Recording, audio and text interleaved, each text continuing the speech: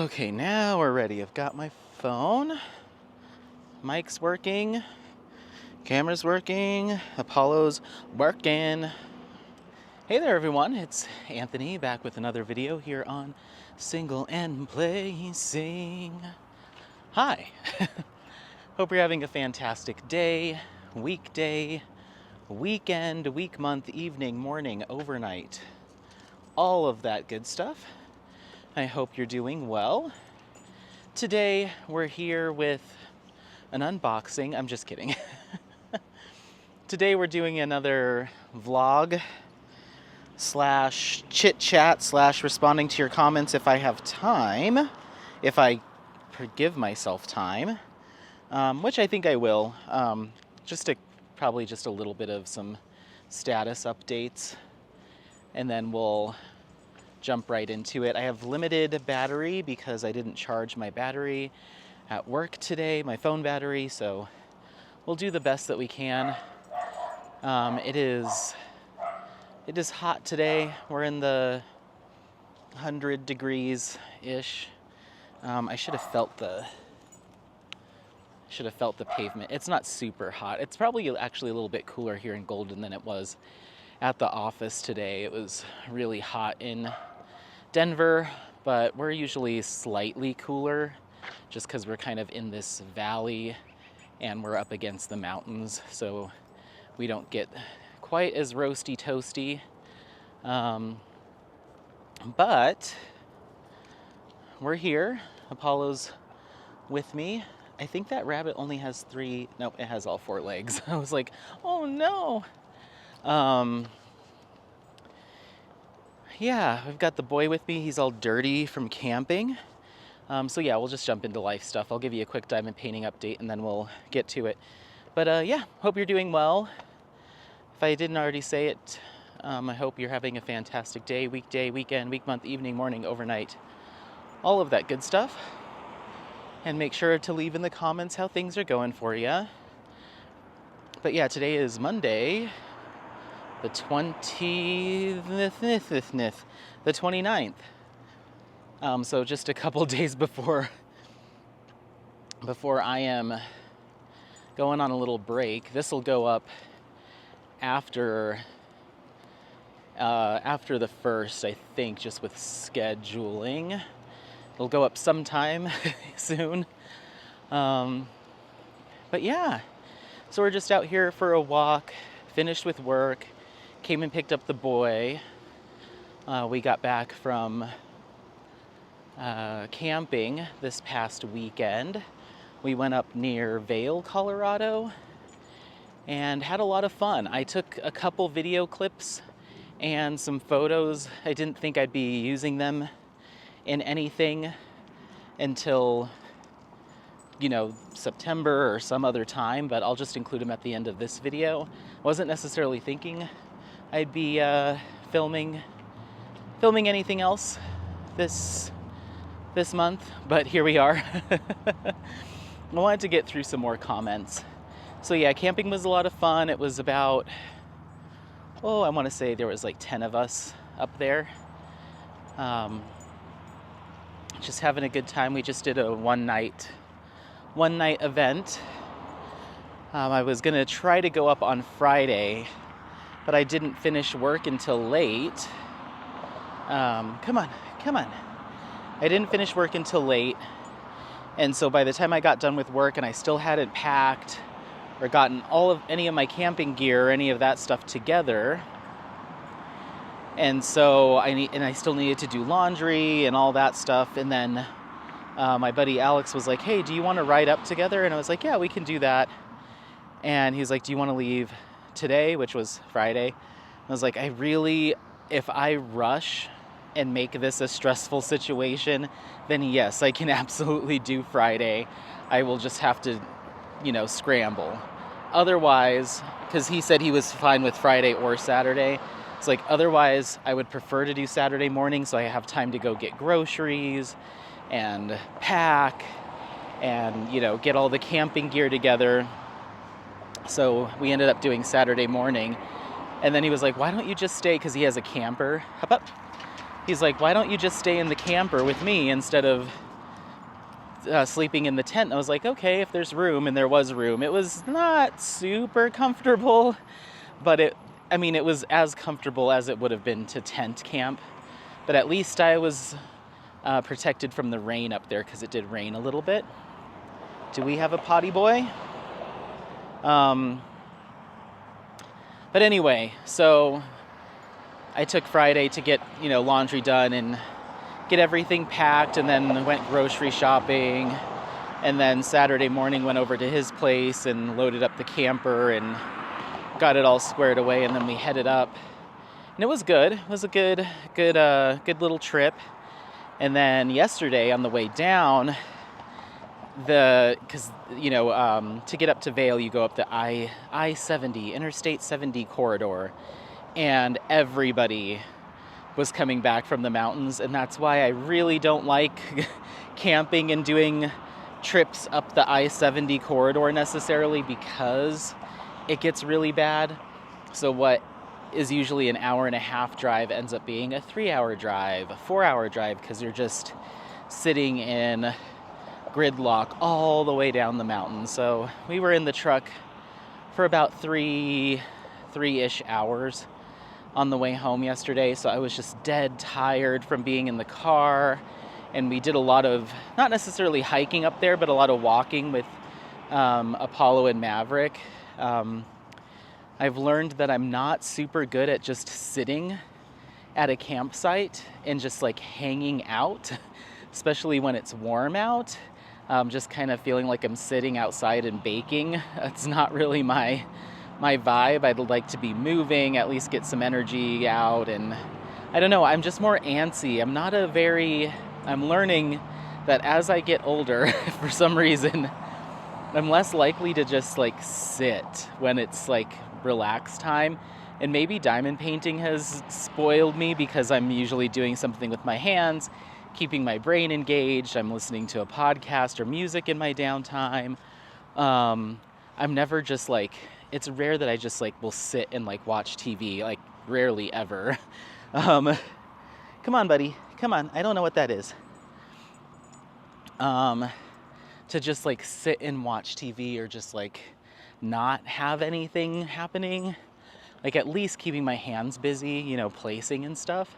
So we got to the campsite and we got all set up, and everyone was just kind of sitting around the campfire. And keep in mind, we got there around like noon, but people are, reading, throwing knives. They were doing some knife and axe throwing at one of the trees. But otherwise just kind of being stationary, just kind of sitting around chit-chatting. So I did that for a little bit, but then I was like, okay, we're up in the mountains. I've got a dog that's panting and wants to go do stuff. So I took the boys and did a super long walk. A couple of them. So I think we ended up doing about 13 miles in between Saturday and Sunday, because I was just like, go, go, go. Alex and a couple of my buddies came with me for one of the exploratory missions. But I basically just had the boys. So did a lot of walking. So I'm just kind of tired. Yesterday when we got home, I immediately was like doing laundry from the clothes and, just kind of putting my stuff that I had packed away and getting some chores done. And then we went to bed early, but I'm still feeling it. Legs are a little sore. But yeah. And then something else that happened while we were hiking or walking is we walked away from the campsite for about 2.5 miles, turned back, and on the way down, a moose was on the path blocking us and just kind of grazing in some grasses, like in a little valley next to the path. And it was just me and the dogs. And so I was freaked out, because I don't want it to charge at us or anything like that. The past couple weeks have been Anthony encounters wildlife. So we had a moose encounter. Luckily I had service up there. So I called Joe and I was like, hey, I'm about a quarter mile-ish, half a mile from the campsite, and there's a moose blocking the path. I can't get by. I guess I could try to sneak around him, but I'm really scared that he's gonna charge. And so they ended up walking towards me from the campsite and kind of got around him and then met me on the other side. And then we walked back in like a big group of 4 with the 2 dogs. And I think as a group, it was enough to kind of keep him at bay, but he definitely was staring us down and kind of like, you know, snorting a little bit. He didn't look like he was going to charge or anything, but he definitely felt like we were encroaching on his space. But we were able to get around him just fine and didn't encounter him again the rest of the day. But yeah, I was a little scared.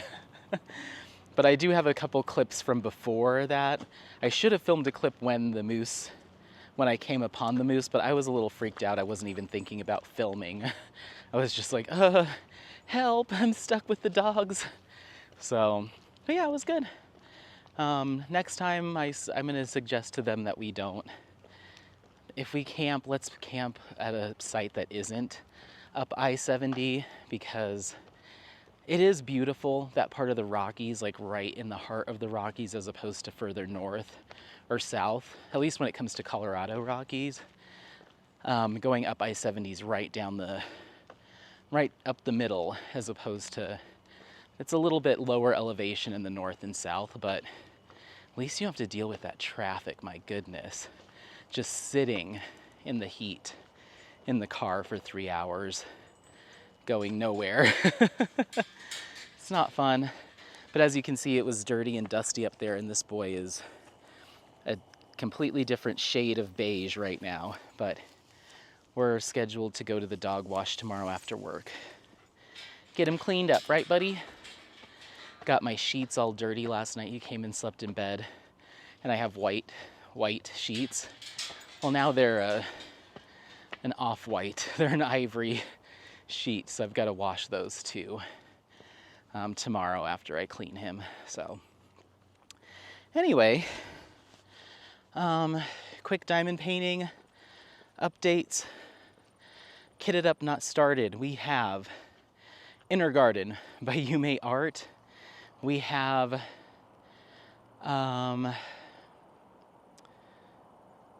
Portrait of Mrs. Allen Bott by Tamara Dillampika. This way, sir. This way. Sniffles. Come on.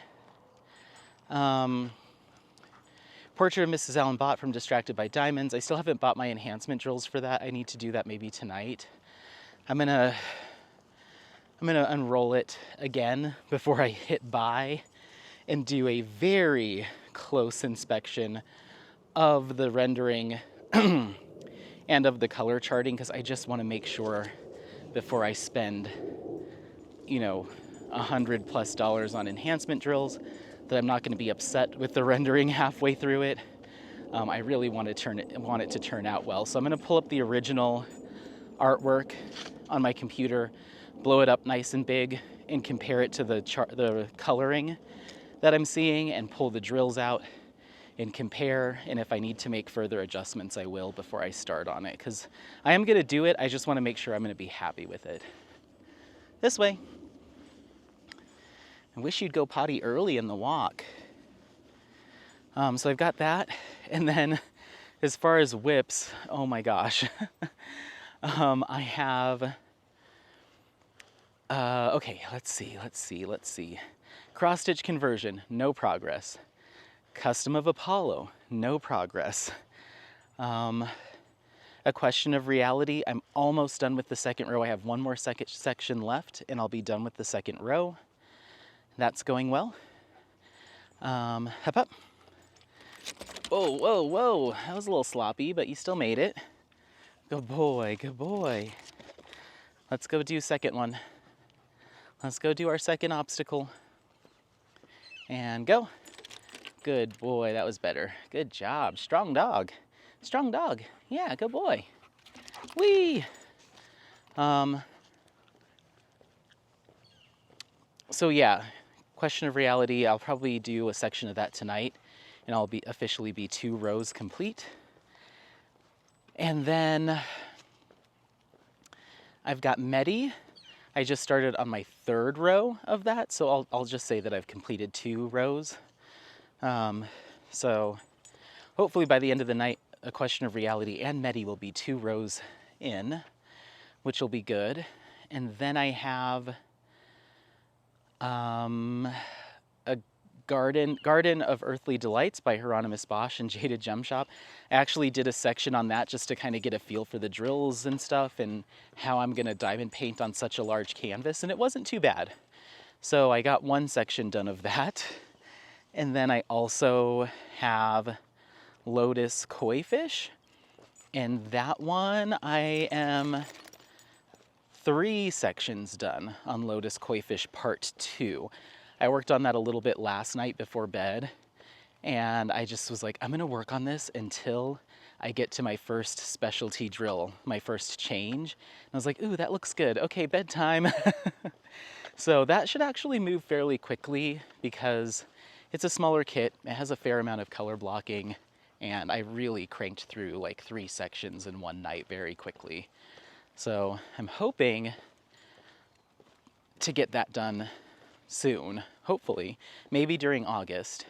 So what my new plan is, Anthony's new plan, which will change in probably 2 seconds, but I'd like to rotate a section of A Question of Reality and a section or 2 of Lotus Koi Fish and go back and forth until Lotus Koi Fish is done, and then switch back over to Medi and keep doing that until A Question of Reality is done. So that way I'll always have 1 square and 1 round. But I'm pretty sure I can get Lotus Koi Fish done in the next month.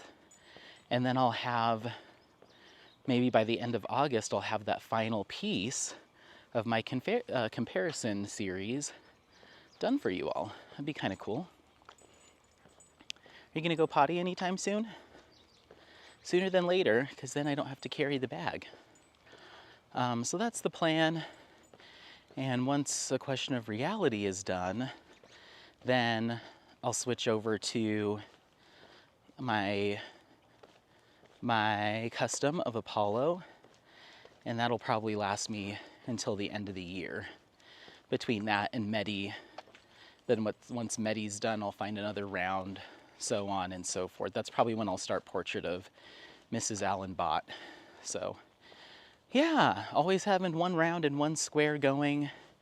And I'd like to get all of my stuff that's content specific done by the end of the year, ideally in time for all of the events. So Question of Reality by the end of September, Medi by the end of the year, Lotus with Koi Fish done ASAP, and then everything else will just be funsies until I have to start on Wizard's Spell in January for Mia's event.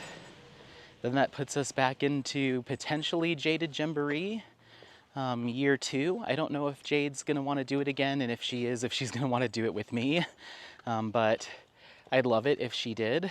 And the same with Summer with the Masters. Not sure if I'll be co-hosting again next year, but I'd love to. So yeah. And as far as filming goes, really no big plans except for my A Question of Reality paint-along videos, of which I think there'll potentially be 4. And I still have yet to film the kickoff video, at least at the time of filming this. I'll probably do that this weekend and get that up. And then Katie and I need to do our finale for Summer with the Masters. I need to text her and see if she has some time this weekend. So yeah, that's kind of everything that's going on with all of that stuff. Yeah, as far as purchases, nothing new since the last time I talked about it. Have plenty of unboxings coming up every other day, I think until August 19th, I think, is how long I have them scheduled out for. But I don't have anything on my list, or like that's gonna be an immediate purchase, unless DAC wows me with something coming up. I have a very long list of Jaded Gem Shop kits that I'd like to snag, but like my wish list I think has about 20 kits on it now, and that's not even including any of the potentially to be released Mookas coming from Jaded Gem Shop, fingers crossed. And I'd also like to get my hands on spring and autumn from Diamond Painting Shop. But I don't really need those now or anytime soon, honestly. It would just be nice to have them. So yeah, do you want to do the alley this time? You want to do the alley? Let's do the alley because there's a lot of dags. So yeah, that's kind of everything that's going on with me. But yeah, we'll see. I'm trying to take it easy, but I do have kind of firm plans now as far as like in what order I'd like to get some kits finished. Yeah, we'll see. That Hieronymus Bosch was just to play with it. I don't think I'll be able to dedicate any specific time to that for the rest of the year. Like, oh, I'm gonna spend the next month working on this because I've got so many other things. I just kind of wanted to get a feel for the drills, play with the colors a little bit, see what kind of colors we're looking at, and just kind of see how the rendering is going to come together because it's an incredibly detailed canvas, and it looks really good. I'm curious as I get to some more highly detailed. There's just so many figures, like people in that kit, dozens and dozens of people in that kit. Or in that image, so I'm curious to see how Jade was able to render them out. But I just finished the bottom. The one section is the bottom left, and it has a couple people's legs, and the detail looks good, especially at a viewing distance. So I'll keep you posted, of course. I've been so bad about taking progress photos and remembering when I start stuff because I just grab things now, and I don't really pay any attention to when I started them or anything like that. So I need to get better about taking progress photos and recording start and end dates. But when the mood strikes, I grab it down and then it all just ends up becoming a big blur. But I'll try to keep up with it. Hold on. He just tried to do his normal launch up onto this retaining wall and he had to scramble. Kind of halfway made it. But he seemed pretty tuckered out when we were camping. When we got back from our second walk, he just passed out in the dirt and just fell asleep. And then I had to wake him up to get some food. And then when we were on our way home in the truck, he slept the entire way. And Maverick is not a car sleeper. He is a very anxious car companion. So he was just like kind of whining and crying for a good portion of it and constantly wants to jump into the front seat. So you have to like keep pushing him back because he wants to fight to stand up on the center console and like be right in the windshield, which is not the safest thing in the world. So I kept having to like keep him back. And Alex doesn't put him on a leash back there, so it's not like I could tie him up in the back seat or anything. And so Apollo's trying to sleep and Maverick's just like walking all over him and sitting on him and whining in his ear, and Apollo just was very tolerant the entire time and just slept and tried to relax the whole way back. And Maverick was just having a little a moment for 3 hours. But it's kind of funny to see how quiet and just calm Apollo is in comparison to like at least Maverick, but I think that's pretty common for like full Siberian Huskies, is they're very vocal. They tell it like it is, and they're not the most quiet of dogs, but Apollo's very, very subdued and quiet, especially in the car. He just sleeps and just kind of relaxes. So I'm very thankful for that. He's gonna make a good road trip dog, hopefully on our first longer road trip. Wrong way, not in the streets. So yeah, anyway, that's kind of everything as far as life stuff goes. And let's get to some comments. Can you get out of the street, please? Come over here. Apollo? Apollo? Can you get out of the street, please? Thank you. Thank you. Okay. Well, let's see what we've got here. This boy. Come on. Come on. Come on. A little wayward dog today. What's going on? I also need to wash his leash. His leash got covered in dirt and dust when we were hiking, so now my hands are getting really dirty. So I think I can just soak it in soapy water and then set it out to dry. It's climbing rope, so I think I can do that and clean it up. Otherwise, I might ask one of my buddies if they have a spare stretch of climbing rope that I can take a piece from and redo this, because it's really dirty. It's been needing a cleaning for a while. But anyway, okay, let's go ahead and refresh our comments, and then let's scroll.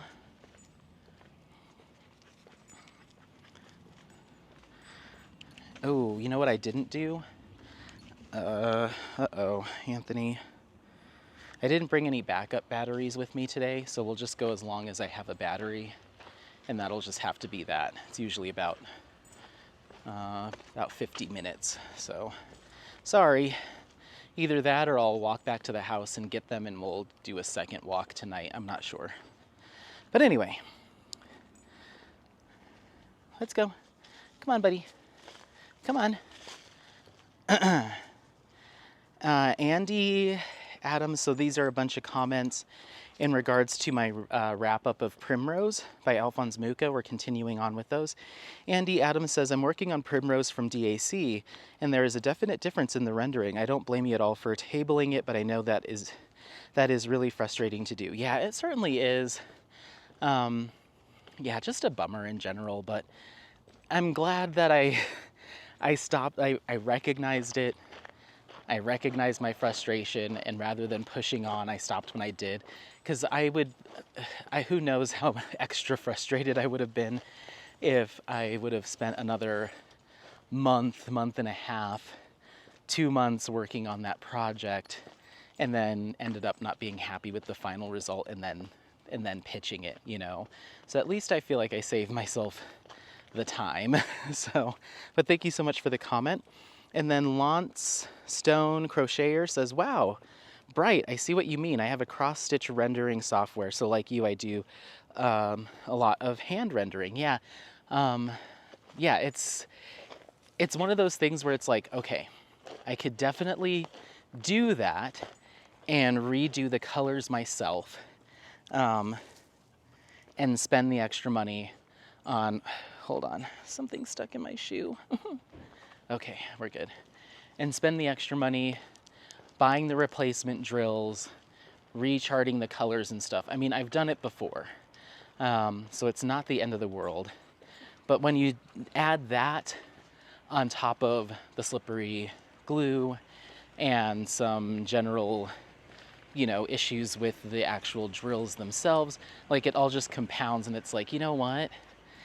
I mean, at the end of the day, I would need to re-glue this, rechart it, buy all new drills. It's like, what are we doing? You know, at a certain point, it's like, okay, enough's enough. So that's kind of where I ended up with that kit, is enough's enough.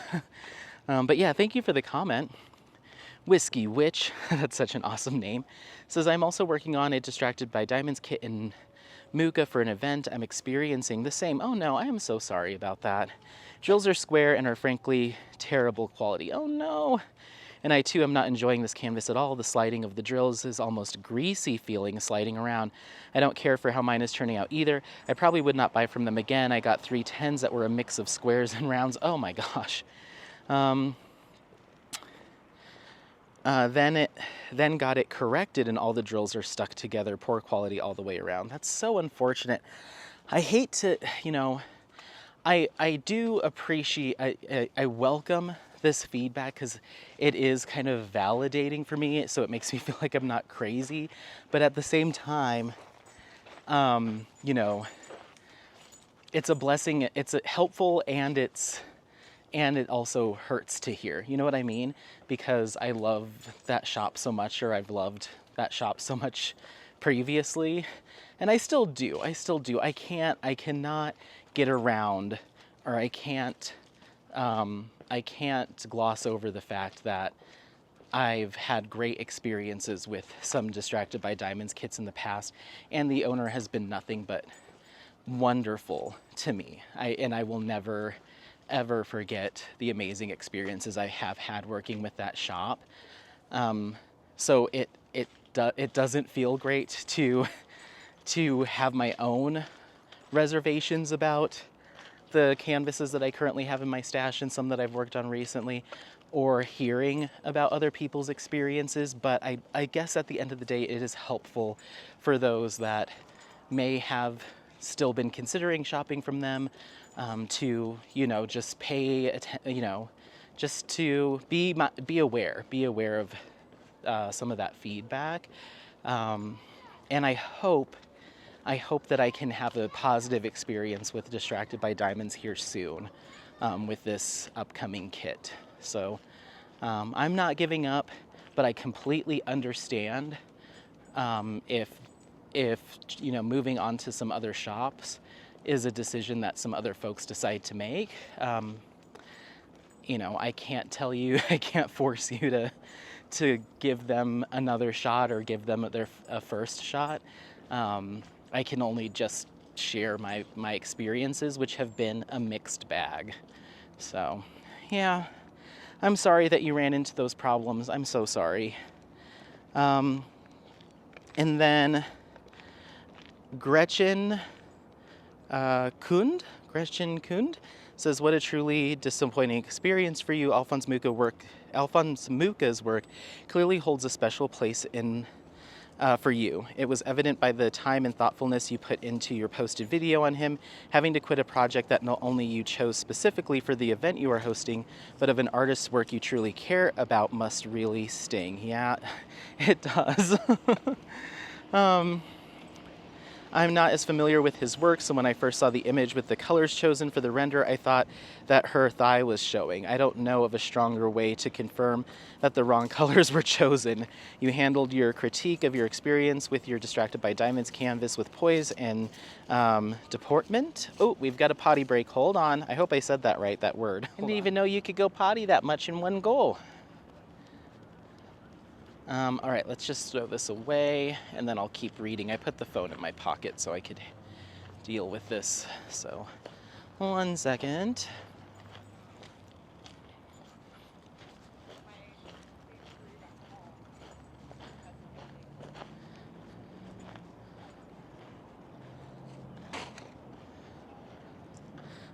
Okay. And of course anytime I put the phone in my pocket, it automatically wants to scroll to the top. It was evident that this was not an easy video for you to make. I appreciate your commitment to being honest and transparent in your experiences.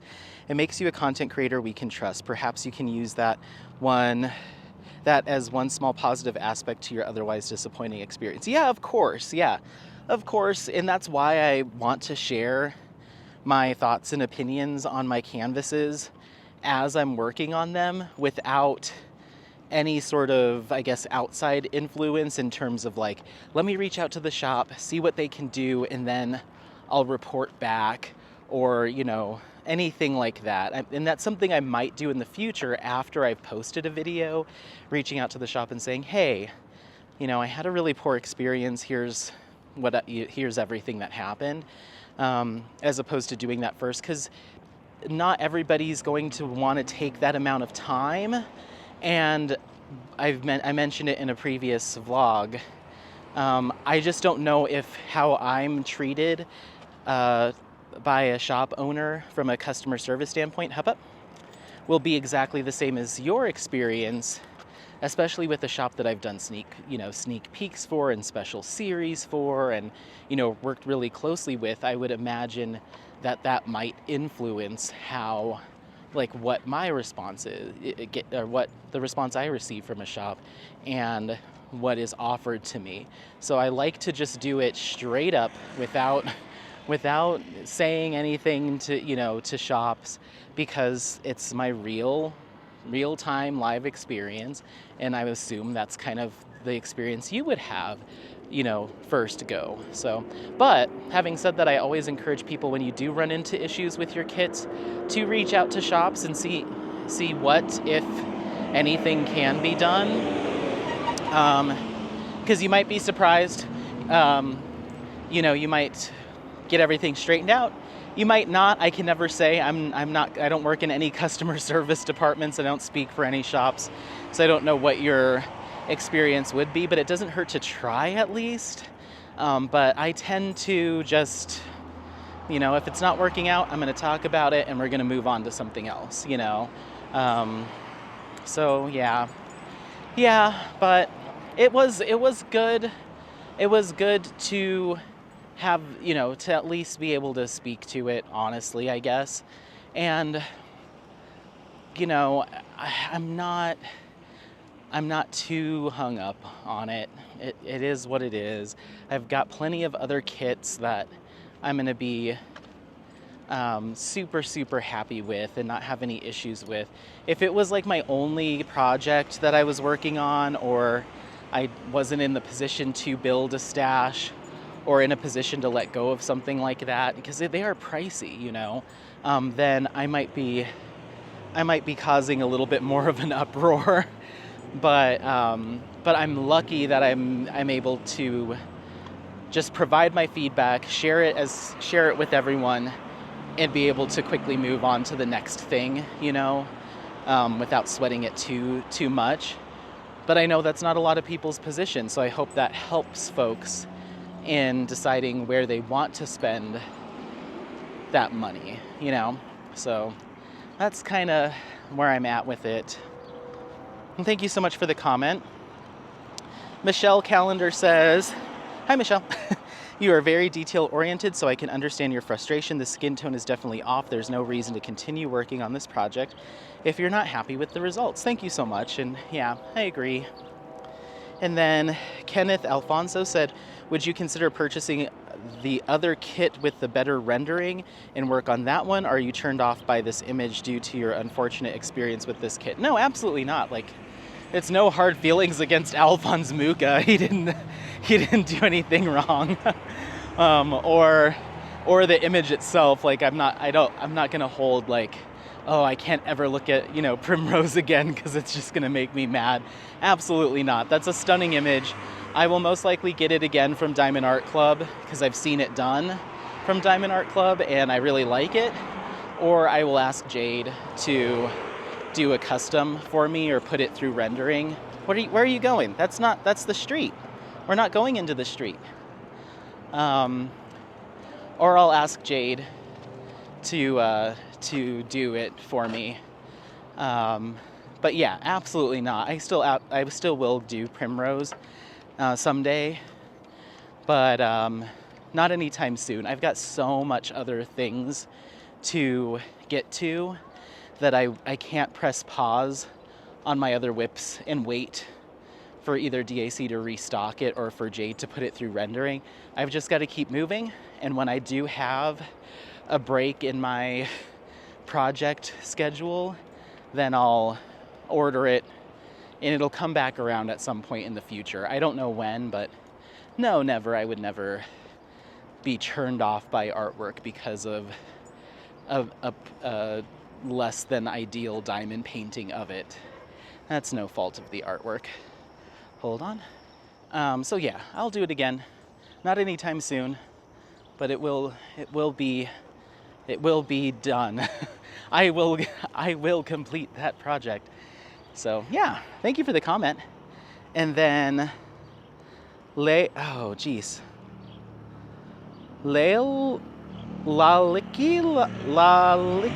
sorry. You'll have to help me with that pronunciation if you do end up watching this. Apollo, come on, you're going nuts today. Not really, but he's just doing stuff that isn't our exact norm, which then means nuts. It's because the water's really low, so he's like, ooh, I could just go ahead and jump in there.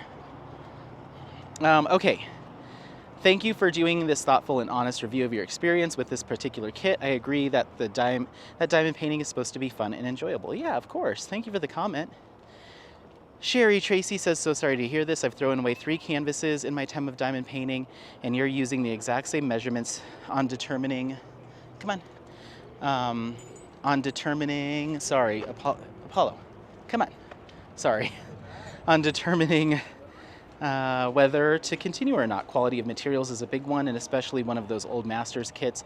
They are so complicated that also struggling with challenging drills or the stick of the glue takes all the fun out of it. Yeah, I agree. It's already a big undertaking for a canvas of that size and of that complexity.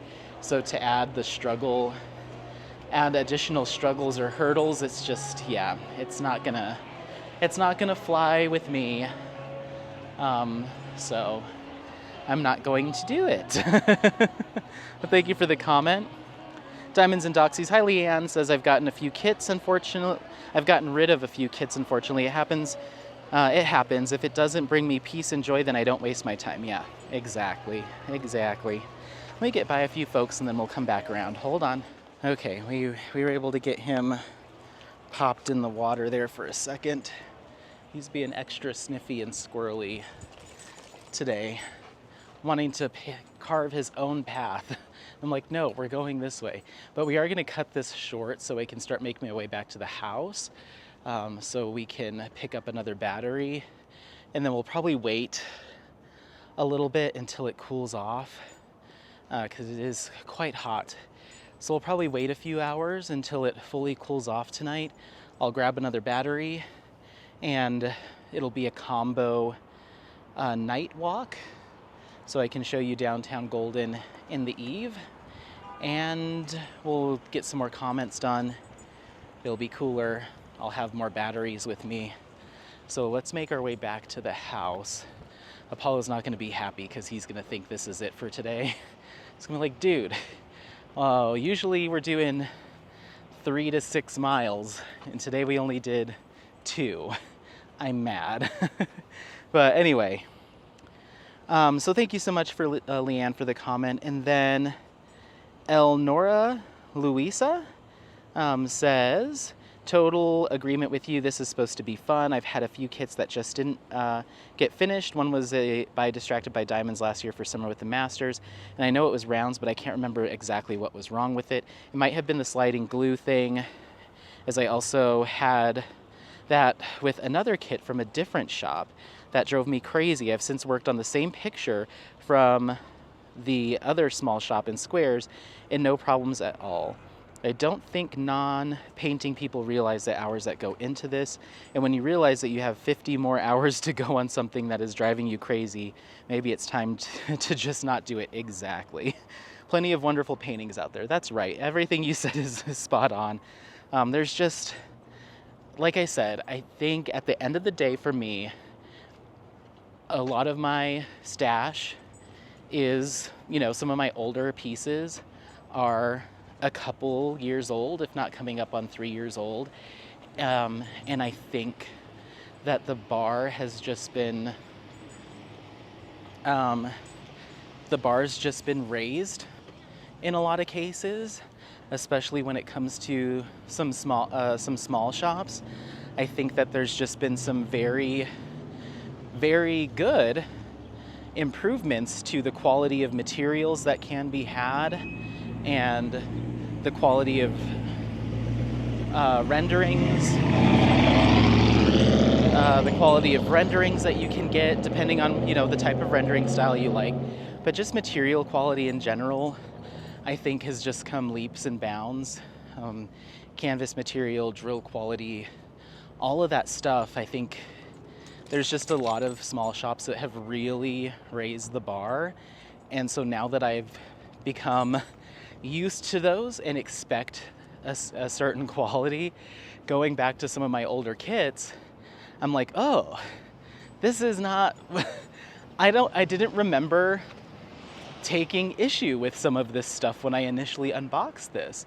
And I think that it's a combination of me being pickier, and a combination of just in general, the quality of diamond paintings that you get from some of these specialty small shops has just gotten so much better. So maybe that was status quo when I initially purchased the kit, but it isn't anymore, It isn't. So, but that's, like I said, there's so many factors that play into why I'll work on a canvas.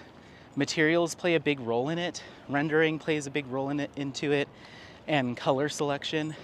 But also the artwork itself plays a role into it. So even if it's not the best of quality or on par with with other premium shops, if I'm just obsessed with the artwork no matter what, there's a chance that I might just push through and do it anyway, especially if it's artwork that I can't get anywhere else because of licensing. Might just push through and do it anyway. But in this particular case, there was still, even with some of those images, that I was like, means so much to me. I just couldn't get past the materials. Just couldn't get past them. Specific examples would be Two Spirit and Transformation. I love those images with all my heart, and it really made my stomach hurt donating those kits, because I love them so much, and the meaning behind that art just means a lot to me. But when I took a good close look at the materials and the canvas and the drills and stuff, I was just like, I'm not going to enjoy doing these at all, And so I just had to make a tough call, unfortunately. So yeah, that was a huge bummer. So I ended up letting go of those two. I let go of Vanity by Frank Cowper, and I let go of Hawaiian Solitude by Wes Reeder. So yeah, it sucks. And of course I'm gonna have to scroll down again. But thank you so much for the comment. And then, okay, well, we're temporarily moving away from that video. So going to my unboxing of Light of the Night by Jenny Lee. Lisa Noof, hi Lisa, says, hi Anthony, I also think the stars look odd, just too many. My search is opposite to yours regarding couples.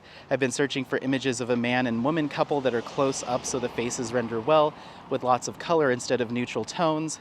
If it's any help to you, there are a lot of same-sex paintings on Rose Prophet Creations that are stunning. I'll have to go take a look. I did a spotlight with Rose. Was that at the beginning of this year? Or maybe it was last year? But I still need to order from her shop, so I need to do that. That should be on my short list too, alongside Diamond Artisan. Okay, Apollo, I don't know what's going on with the attitude. Come on. He's like, well, here's the problem. You cut our walk like 3 miles short. Come on, enough. So yeah, I need to check that out. Let me take a screenshot of that comment. Click. So I can remember. All right, and then going back to my wrap up of Primrose, Nancy Reagan says, I'm sorry you had that experience. I agree with abandoning a project that is frustrating because of inferior materials and which won't bring you joy to look at when it's finished. Too bad, it could have been so much better. Yeah, I know. I'll try again though. I'll give it another go. And hopefully it'll stick next time. Kay Whittington says, Anthony, no need to feel bad about giving up on this kit. These big canvases take too much time to work on when you know you won't be happy with the result. There are too many other kits out there waiting to be worked. I agree with you, the color charting on this is not good, no matter which version of the image is used. Her dress and her skin are not supposed to be the same color.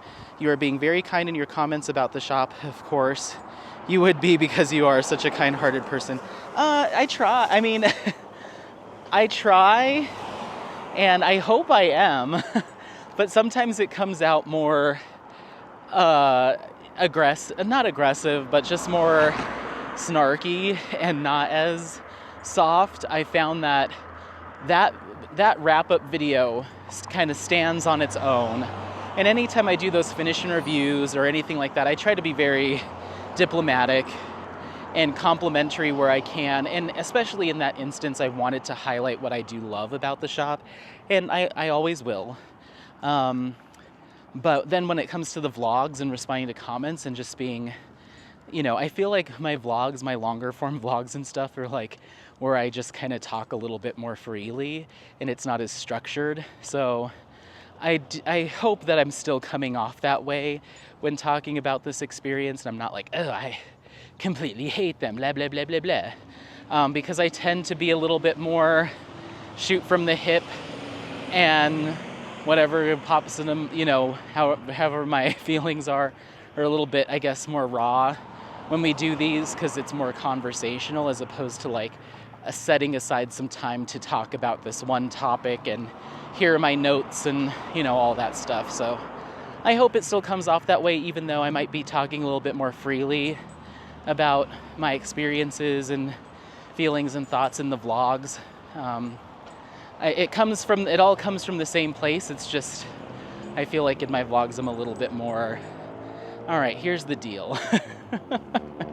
Here's what's up, So I hope it still works. Thank you for the comment.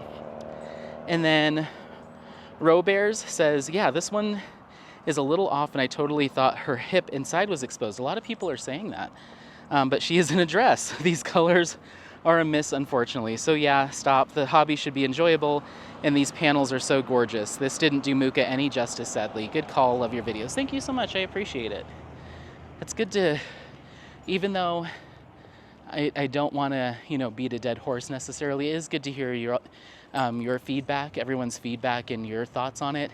So it makes me feel like I'm not crazy for stopping, and then I'm not being too particular and not just like flippantly bailing on canvases and throwing canvases away left and right for no reason, because I do worry, like, am I just being overly picky? Am I harping on this canvas for no reason? But I really did feel like it just wasn't it.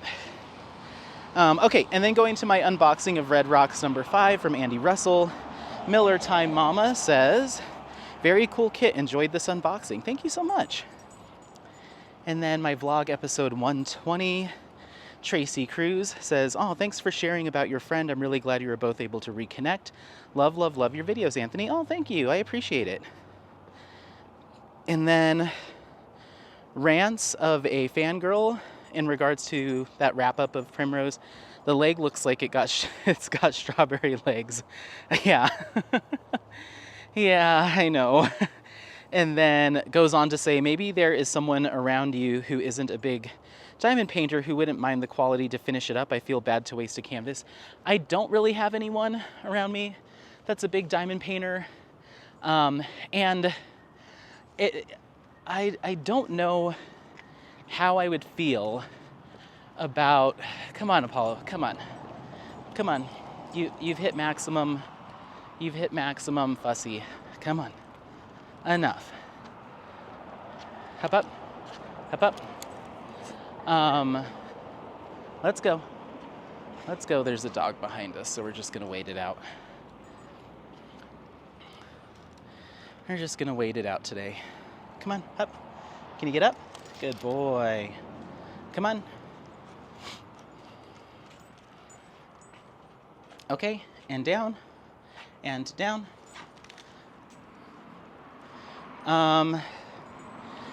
Yeah, I don't have anyone close to me that's a big diamond painter. I have some people that are like casually interested in diamond painting at work, but I would feel bad saying, hey, you like diamond painting.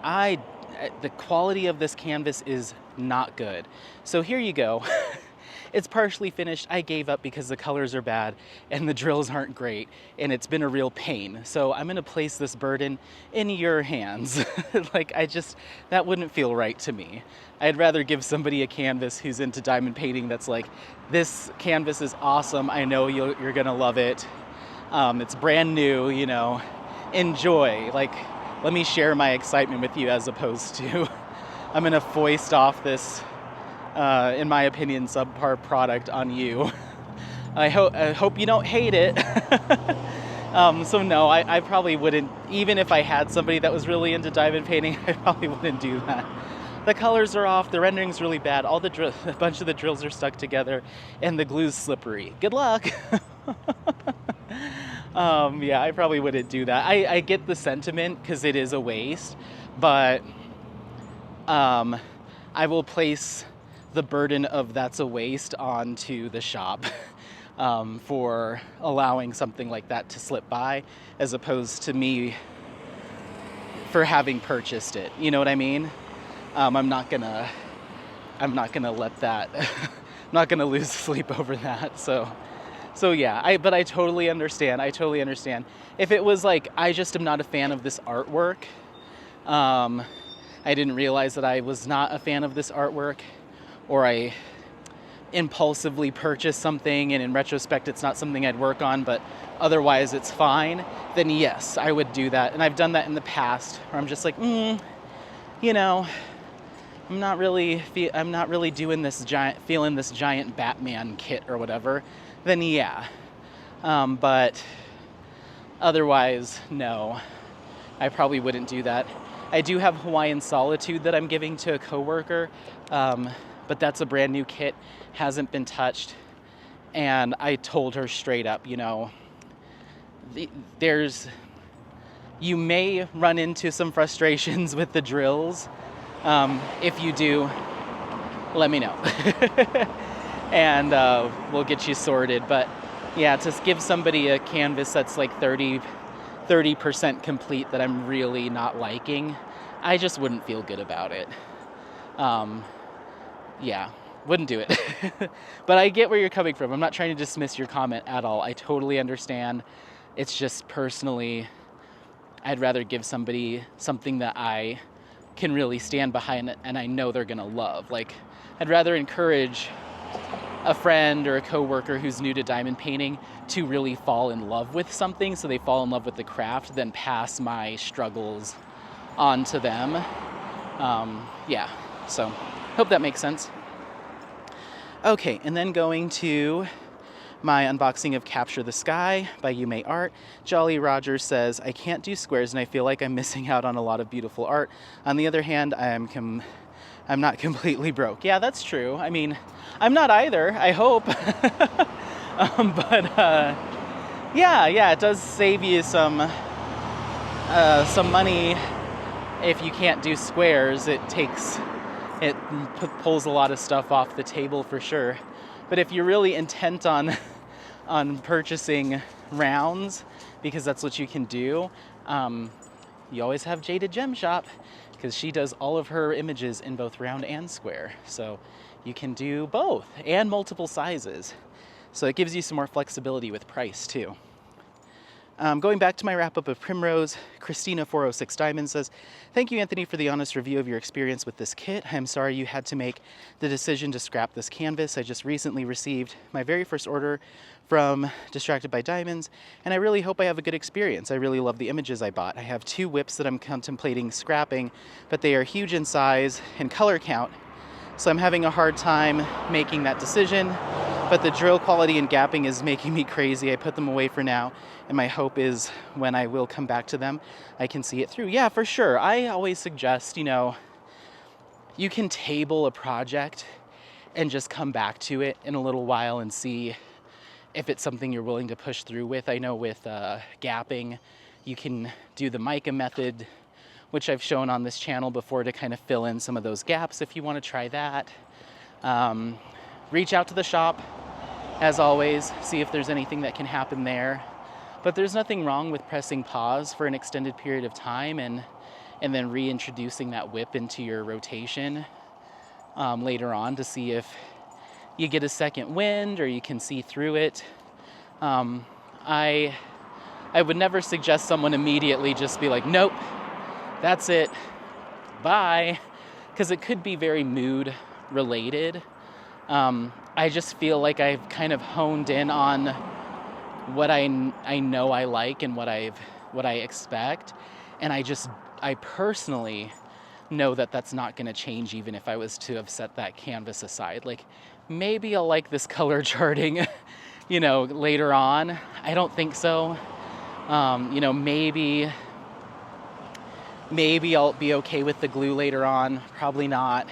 So I feel like I've just come to a point where I know what I like, or at least I know that certain things have to be checked off, you know. There's certain canvases that I finished that took me forever to do, because I wasn't necessarily that hip to the artwork, or just a number of reasons. I decided to press pause. But I've come back through and finished them because the quality was there.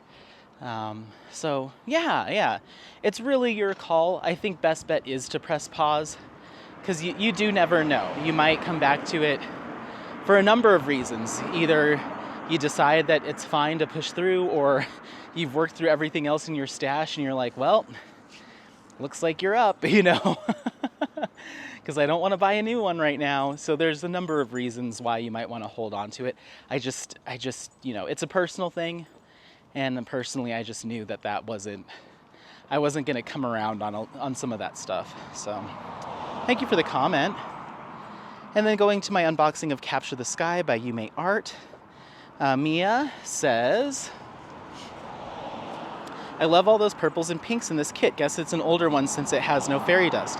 Thanks for this unboxing. Yeah, that one's, well, I guess it's not super old, maybe a year and a half, probably before fairy dust, but yeah, fairly, not ancient, but not brand new. Thank you for the comment.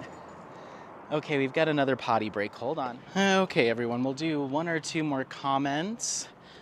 Because we're close to the house, so I'm just gonna have to do little laps around this parking lot, and we're almost out of battery. So, going to my vlog episode 117, Diamond Painting RN says, I know the giveaway is over, but I think, I'll go ahead and read it.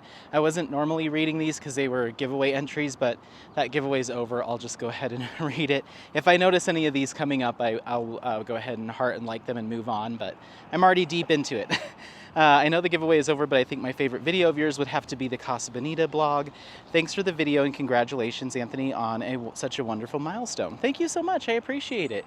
Yeah, we're already moving and grooving our way to, I think, like 3,200, something along those lines, which is awesome. So cool to see so many awesome folks that seem to enjoy the channel, and I hope I can continue to provide some good content for you. Thank you. And then going back to my wrap-up of Alphonse Muka Primrose, Ellen Taylor said, life is too short to continue working on something not pleasurable. Thanks for being honest. Of course, and thank you for watching. Thanks for the comment. And then vlog episode 120, Michelle Calendar says, I'm happy you were able to hash it out with your friend. Yeah, for sure.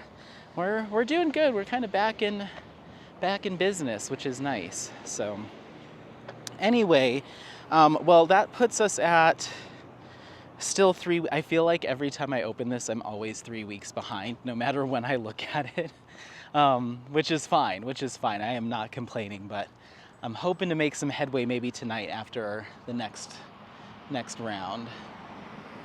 But we're almost back to the house. I'm gonna go ahead and take Apollo inside. I'll probably go find some dinner to scavenge, relax for a little bit, a couple hours here, and then once it starts to get dark and the temperature drops, we'll head back out and we'll keep going and respond to some more comments. So I hope you enjoyed this part 1, but stick around. I'm not saying goodbye because I'll be back with you this evening. All right, we'll see you then. All right, we've got a dog engaged. Engage puppy. Let's go. We've got a functioning camera and we have a functioning microphone.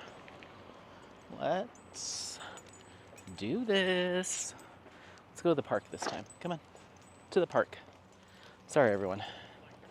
I was trying to go up to the little mini park and a lady walked out of the alley with a dog that was as big as she was, and I was like, yeah, I'm not gonna entice your dog to pull you to the ground to get over to Apollo.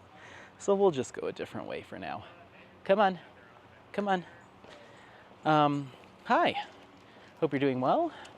Having a fantastic day, weekday, weekend, week, month, evening, morning, overnight. I don't know why I'm saying all that because I am just going to stitch this in to the previous vlog clip. I think I ended that one by saying, oh, I'll come back out and we'll keep filming tonight. Won't that be nice? Yeah, no. I got home. I was like, I'm going to take a shower, I think, while it continues to cool off. Took a shower, ate some food, and I was like, yeah, we're not. I'm not. I'm not. We're not. Nobody is. And so I took Apollo for like a really short, just around the block supplemental walk to make up for the shortness of the first one. And he seemed fine with that. So I was fine with that, and we just hung out in the house. didn't go back out, didn't film anymore. So it's actually 2 days later, because I did not feel like filming yesterday. So today's actually the 31st of July, and so it's like technically the very last day before I'm supposed to like take a break. But I realized not only do I have this vlog that you're seeing now to, at the time of filming this, to edit and put up, but I have another one from prior that I need to get up as well. So I need to get both of those done tonight, get them scheduled. Ideally, I'll put the previous one up tonight if I have the wherewithal. But yeah, just try to get all of that scheduled for the next couple of days. And so you're all up to date. I mean, this is going to be a long, well, who sees? We'll see. Who sees? Who knows how long this one will be, but I do plan on responding to some more comments. So this might be like an extra long extended cut if by the time I stitch the last one and this one together. Maybe I should do them separately. But I said in the last one I'll be right back, so that'll be awkward. Who knows? We'll see. But yeah, so we're here. Just a quick status update over the past couple of days from a diamond painting standpoint. Life's going fine. Nothing's changed in the past 2 days. Everything's going well. I am trying to figure out, this is completely just jumping into it at a random spot, but I'm trying to figure out next year's vacation stuff. I got invited to my friend Matt and Jackie's wedding in, theirs is the second weekend of June next year. And then I got invited to my buddy Alex and his fiance MJ's wedding. And that's theirs is the second weekend of June. Matt and Jackie's is the last weekend of May. And so Matt and Jackie's is in Pennsylvania, in Hazleton, Pennsylvania. Ooh la la. And then I've never been there, so I don't know what it's like. Hazleton, and then MJ and Alex's, MJ is Alex's fiance's name. Theirs is, come on, come in. Theirs is in Mexico. They're doing like a destination resort, wedding, so on and so forth. So I'm trying to figure out how I'm going to swing those because they're 2 weeks apart. And Coaster Mania is the weekend in between. So I was talking to my boss today. We had our like one-on-one chat, and I was like, I have all this stuff coming up May into June. I will have enough vacation time, but that just feels excessive. And she's like, it's not excessive if you have the vacation time and, you've got everything in order to do it. And I'm like, I know, I've never in my life taken that much time off at once, like 3 weeks off. That seems wild to me. It's like essentially quitting your job. But she does not see it that way. My boss luckily is very much a world traveler. She's done tons of Europe trips, and she does some longer trips throughout the year too, but it just feels like too much. But I was just trying to confirm with her, is that something I could do? And she's like, yeah. It was like, even if I come back between Because here's what I'm thinking. Thinking I will do Matt and Jackie's wedding and then stay up on the East Coast for that entire, their wedding's on Saturday, and then Sunday through the following Friday, which should be Coastermania. They haven't confirmed dates for it yet, but which should be Coastermania. I'm like, maybe I could use that 6 days to just road trip around the East Coast, because I believe Hazelton's about an 8-hour drive, I think, from there to Sandusky. I didn't realize how close Ohio and Pennsylvania were. I think they touch. But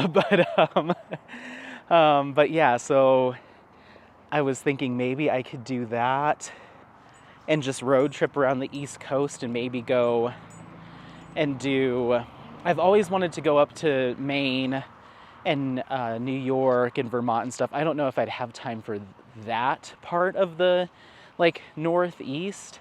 I think I would probably do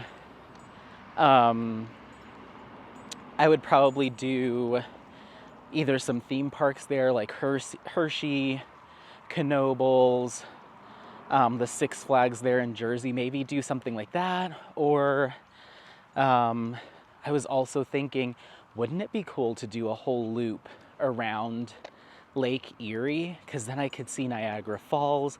I could go up into Canada and start from Erie, Pennsylvania, and do an entire loop around the entire lake in 6 days, and just do Airbnbs, do some hiking, all of that stuff, and then end in Sandusky, and then either, I don't know where I would fly. I'd have to do one-way tickets, fly into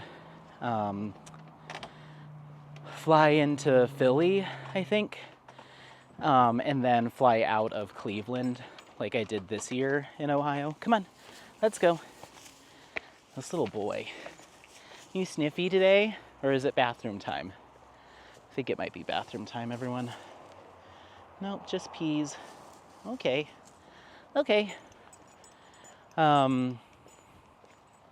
So I don't know. I'd have to price all this out to see what it would actually look like. But I think it would be really cool to go around Lake Erie and go up to the Canada side and check. I've never been to Canada before, so check all that out, and then come back down the opposite way, and then I'd be going through Detroit, right? I don't remember. I think Detroit. So that could be a really fun excursion, and then fly home to Denver for a few days before, and then work for a few days, work Monday, Tuesday, Wednesday, and then leave for Mexico. So I don't know. I'm trying to figure it all out. I need to price it all out. I can't remember how much they said the resort in Mexico is going to be. I think for 3 nights it was $1,300 or $1,400, and it's an all-inclusive situation, and then flights and transport and all of that. And I do plan on getting a pretty nice accommodations for Matt and Jackie's wedding. I'm thinking I want to do either a house closer to the wedding venue, or if I'm renting a car, I was like, wouldn't it be nice to get a cool cabin or something really cool in the Poconos, which isn't super far. It's kind of, I think Hazelton's right on the cusp of the Poconos, to get a little house or something there. That way I could do some outdoorsy stuff. I'm not sure yet. And we might also go in, a bunch of us that are going to the wedding might just go in on a nice place. So anyway, that's what's on my mind right now, is planning for next June, late May, early June, and starting to figure out how much money I need to save up for this giant 3-week thing that I might be doing. So we'll see. And then I have some time off in September, next month, at the time that you're watching this. I have some time off, and I've been kind of keeping it. I think I've mentioned it here and there, but I haven't made any official plans. Well, I'm starting to make official plans. I'm pretty sure me and me and Apollo are going to do a little bit of a road trip and visit Sedona. I just started looking at Airbnbs and favoriting some of them today. I just need to commit to getting everything, but I'll be taking my own car, all of that stuff, to probably Sedona. We might just do southern Colorado. I haven't really officially figured it out yet, but I would like to visit Sedona because I just haven't been there since, I think we went through there once when I was a little kid. I'm pretty sure we did, because we did this whole like Arizona trip. We went to what was it called? Where's the place that has the London Bridge currently? Isn't that in Arizona, or is that New Mexico? Either way, when I was a kid, we used to do several southwestern trips because my uncle was really obsessed with like the Southwest, and so is his wife. And so we do these family trips down there. Like we did Durango, Four Corners, all of that stuff. But I feel like we stayed in a town that had is it Lake Havasu? It might be Lake Havasu. We stayed there for like a weekend at this house that had an above ground pool, and that was a lot of fun. But I do remember the London Bridge being there for some odd reason, like the original one or something. I don't remember, but I think that was maybe part of that Sedona trip. Either way, I'd love to get a house in Sedona. I already started looking on Airbnb and favoriting some. A house there that's right up against the scenery. And it's not too expensive for September. So, and I found a bunch that allow dogs, which is cool. Potty break. Hold on, everyone. Hold on. Okay. So yeah, I found a couple Airbnbs that allow dogs, all that jazz. So I'd be able to drive Apollo down there and we could get some hikes in, do some exploring, and then make our way back. I have the 11th of September through the 16th off. So it's like a 5-day situation. Maybe it's even more than that. I don't remember, but I was supposed to do a conference. We need to find a trash can. So let's go this way. I was supposed to go to a work conference, the same one that I went to last year in Nashville, but the budget would not permit. And so it was a combination of the budget not being there, and I was supposed to submit like a conference request last year for it, and I could have sworn I did, but my boss was like, I don't see a request for you, because I was like, ooh, I took time, I requested some extra days off after the conference this year, and she's like, what are you talking about? I was like, the one I went to last year for Nashville. She's like, I don't think you requested to have that again. And I was like, I could have sworn I did. Apparently I didn't. So it wasn't approved, because I never submitted it, and even she was like, well, we could try to put it in now, but budgets have already been set. It's high likelihood it's going to get shot down. I was like, that's okay. I'll figure out something else to do at that time.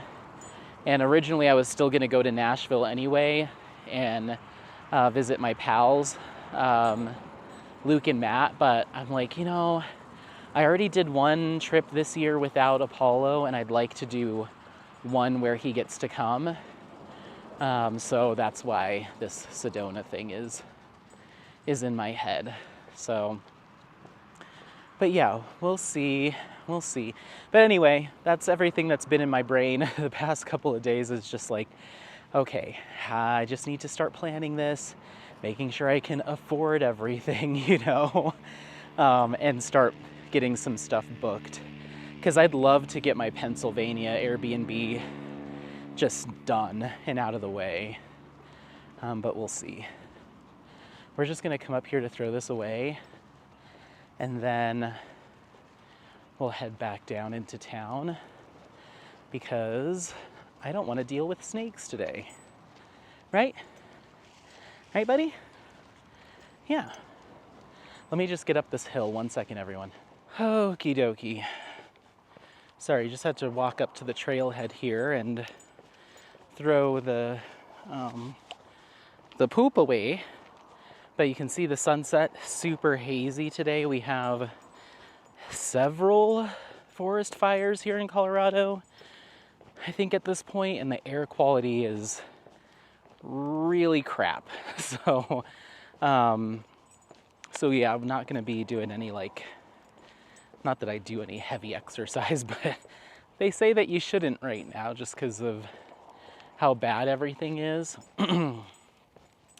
And there are several of them are all along the foothills here. So essentially this is the foothills running north to south.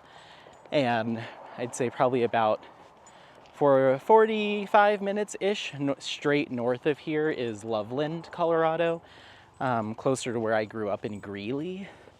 And that's where one of the major forest fires is. And as far as I understand, it's 0% contained right now. Hold on. Okay, I think we're good. There's 2 guys that are doing sprints up and down this hill, and one of them has music playing, and I don't want to get a copyright strike. Come on. Let's go. So I think what we're gonna do is I'm gonna make a vague attempt to do kind of through the neighborhoods kind of loop-de-doop, going the reverse way that we normally do. And we'll see how it goes. I'm gonna go through some neighborhoods and stuff that I haven't necessarily been around before, and we'll see where that gets us. I've been kind of near some of the, walked through some of these areas, but not the way that I'm thinking I wanna go. I'm mainly just gonna kind of wander and hope for the best. So we'll see. But yeah, that's life stuff, just kind of thinking about time off for next year and just kind of trying to pre-plan it. I'd love to do an international trip next year too, but with these back-to-back weddings and Cedar Point, potentially all in 3 weeks, I just don't know. I mean, I guess Mexico counts.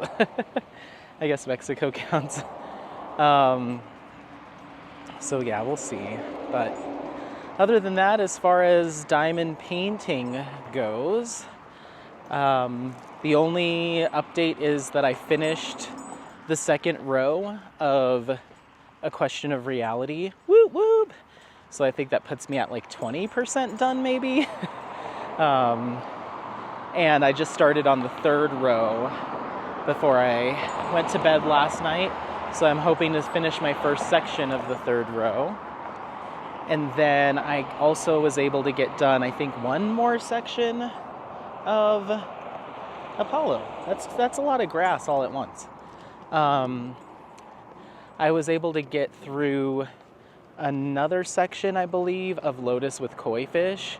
So I'm almost done with the first column of that kit. I'm working on it top to bottom, I'm working on it sideways. So I'm starting at the top left-hand corner, working my way down to the bottom left-hand corner, and then moving up / to the right. So I think that's how I'm gonna do it, because that gives me a blend of the background colors and the enhancement drills, because I'll be working on some of the lotus flower too. And so I think that'll just keep me more engaged in the project. But I mean, that is moving very fast because it's Diamond Art Club. It's got a fair amount of color blocking. It's just a kit that I could, if that was my only whip, I have a feeling I could knock that out in 2 weeks, maybe less, if it was my only project. But I'm alternating between that and A Question of Reality. So it's just gonna take a little longer, but I do have a pretty strong feeling I'll finish that in August. And I'll have that final comparison out by the end of the month. So be on the lookout for that, hopefully. But yeah, Other than that, no progress on any other whips, no new kit ups, no purchases. Been keeping it pretty easy breezy over here. Oh, last thing, life stuff. I got my swamp cooler in, my evaporative cooler, my little standalone unit. It works. It blows cool air. It's probably not quite powerful enough to like fully cool down the room, but when I'm in there, it feels, it just came in a few hours ago, so this is just first impressions. It feels nice when I'm sitting in there and I get acclimated to the cool air, but when I first walk in my room, as compared to like the hallway, it's not like a blast of like, oh, it's so cold in here. It kind of just feels the same, just like more humid in my room. But then once I actually sit down and I get the fan blowing on me and the slightly cooler air, it feels much more comfortable. And Apollo was up there as I was finishing up work and just kind of hanging out a little bit before we came out for this walk. He laid on the bed and was just there the whole time, whereas normally he'd be like panting and not loving it, but he seemed much more comfortable in there. So it's working. It's just not a drastic like temperature change from my room to the rest of the house, but once you're in there, it just feels more breezy. There's more airflow. It feels cooler.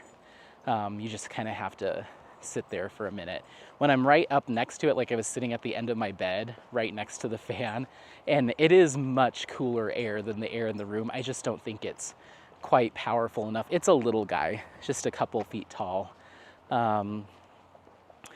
It could technically sit on a desk, I guess. Maybe it's a little big for that, but yeah, so it works. It's definitely an improvement. I was much more comfortable at the end of the day today working in there than I have been. So I'm very happy with that purchase. And who knows, I might end up next summer, if I'm still in this place, upgrading to an even larger one, because it is rather small. But it seems to get the job done. So anyway, okay, let's get to some comments. Let's do it. I'm headed back to the house and we're gonna kind of cross the street over by the high school and just kind of start zigzagging around. I'd like to be out here until sundown, so. All right. Da-da-da. Opening comments. Let's see. And scroll and scroll and scroll. You have so many. So many. Okay. So we're going back to my wrap-up of Primrose by Alphonse Mucha and Distracted by Diamonds. Lisa Noof says, "Hi Anthony, I had the same thing happen to me from a license company that has since gone out of business. The skin was very orange. The glue was not very sticky and the drills were popping off. I ended up throwing it in the garbage when I finished it. I wish I was like you and gave up before I wasted so much time." Oh, that's such a bummer. "Thanks for your honest review, and you weren't picky at all. When you pay a higher price, you deserve a premium kit." Yeah, I agree. I think if you're gonna be shelling out that kind of, a more premium price, which, everyone has a different definition of what is considered premium pricing, but yeah, I would consider my kits or Distracted by Diamonds as a shop to be a premium shop. So yeah, I totally agree, and that's a bummer that you had that happen and ended up throwing it away after it was all done. That's such a bummer. Elisa Marie Designs, hello. I just started watching your YouTube content. I didn't realize you were a content creator. It looks like you've been putting videos out for about a year now. And I started with your finish and wrap up of your Mucha kit that you were working on for Summer with the Masters. And I need to go back. I also started listening to the Whip and Chat where I believe it was your partner, husband. I'm not sure what the situation is, but there was a gentleman there that was chatting on the Whip and Chat as well. And then I had a meeting, Teams, Zoom, whatever, conference call meeting that I had to jump on, so I paused it and then I never went back to it. That was a couple days ago. So I need to go and finish that and get caught up with your content. But that's so cool. You do so much amazing stuff. I saw that you do like a self-care Sunday series, which is so cool. And yeah, just really interesting and unique content. I'm super excited to be able to like fully dive in. I'll probably end up downloading a bunch of your videos. That way next time we go on a hike or something and we're out of service and I'm doing like a whip and jam, I can listen to that as opposed to like a podcast or something. I tend to do that quite a bit, download YouTube videos and then listen to them when I don't have service. So yeah, I'm super excited. Between Elisa and Leanne, and a couple other new content creators, I've been really excited to see some, or new to me folks, which is really cool. So yeah, new to me in terms of content, not in terms of not having seen your comments. But anyway, just wanted to give you a little shout out. Elisa says, I only watched halfway through. I'm sorry for your experience, but I appreciate your honesty. I got a diamond painting from a suggestion of a reputable diamond painter who suggested the company, and I was frustrated start to finish. Diamond painting for me is a meditative art form, and though I love a challenge because it teaches patience, I find if I am practicing frustration, then I'm not learning anything. I'm sure they'll reach out if they haven't already, but Mukas are big panels, and if you have already registered frustration in your nervous system with this panel, may be hard to accept a replacement. I hope they make it right and find another fabulous painting, and you find another fabulous painting to share with us. Yeah, of course. Yeah, if Distracted by Diamonds was to ever reach out, I'm not gonna push my content on the shop owner and be like, watch this or anything like that. But if it so happened that they were gonna send, re-render or recolor chart and send out a replacement, I would happily give it another shot. I wouldn't hold any grudges towards the shop or that particular kit. And, I tend to be pretty, I don't really hold a lot of those feelings towards like the artwork or the kit even. Like once it's done, it's done. Similar to my experience with McKeeling from DIY Moonshop. I got a partially through with that kit and realized how bad the color charting was. And rather than just be like, okay, given up, I went and got some assistance on recharting it from some shop owners, recharting the colors and suggestions, and then ended up getting replacement drills and kept working on it, even fully well, like knowing fully well I wasn't going to keep that kit. But it was just to see the difference for myself and make sure that I wasn't crazy and like kind of show firsthand, like, this is the difference between somebody taking the time to actually look over the colors that have been charted from their manufacturer or the rendering software and actually just take a second look and make sure it looks okay before it goes into production. And the additional help that those other shop owners gave me, and I don't mind saying one of them, I'm not sure if the other one is comfortable with me. I guess it's fine. If she gets mad and listens to this, then I guess she can tell me. But at the time I wasn't comfortable talking about it because DIY Moonshop was still in business, but they're no longer in business, so I think what's done is done. But I reached out to Jade over at Jaded Gem Shop, and I reached out to Francesca over at Francesca's Studio Works, and just said, hey, I want to do a video where I try to fix this myself and rechart the colors as though I was a shop owner. Can you help me? And they were both like, yeah, sure. So I sent them the original image, with the proper colors as done by the artist. Then I sent them the as close up as I could of the rendering, so they could see where the colors were going and where some of my issues that I had were. And then I sent them the legend so they could see which DMCs went with what symbols. And I just said, here's a particular area on her skin tone that I'm concerned with. Here's the DMC that DIY Moon Shop selected for it, but I think it should be something a little bit more neutral or skin toned. What do you think? And so they sent me, Apollo, get it together, buddy, reset. So they sent me their suggestions like, oh, I would change $37.99 and use this instead. I would try this instead of this. If you're thinking it should be more orange, neon orange, then try this color. So then I went through in a video with you all after taking their suggestions and actually typed them into the computer to look up the colors and say, yes, that is much closer. So I've done it before, even though I was frustrated and knew I would never finish the kit, because I was just curious, like, how hard is it from a shop owner or manufacturer standpoint to actually get this done right? And the answer is not that hard.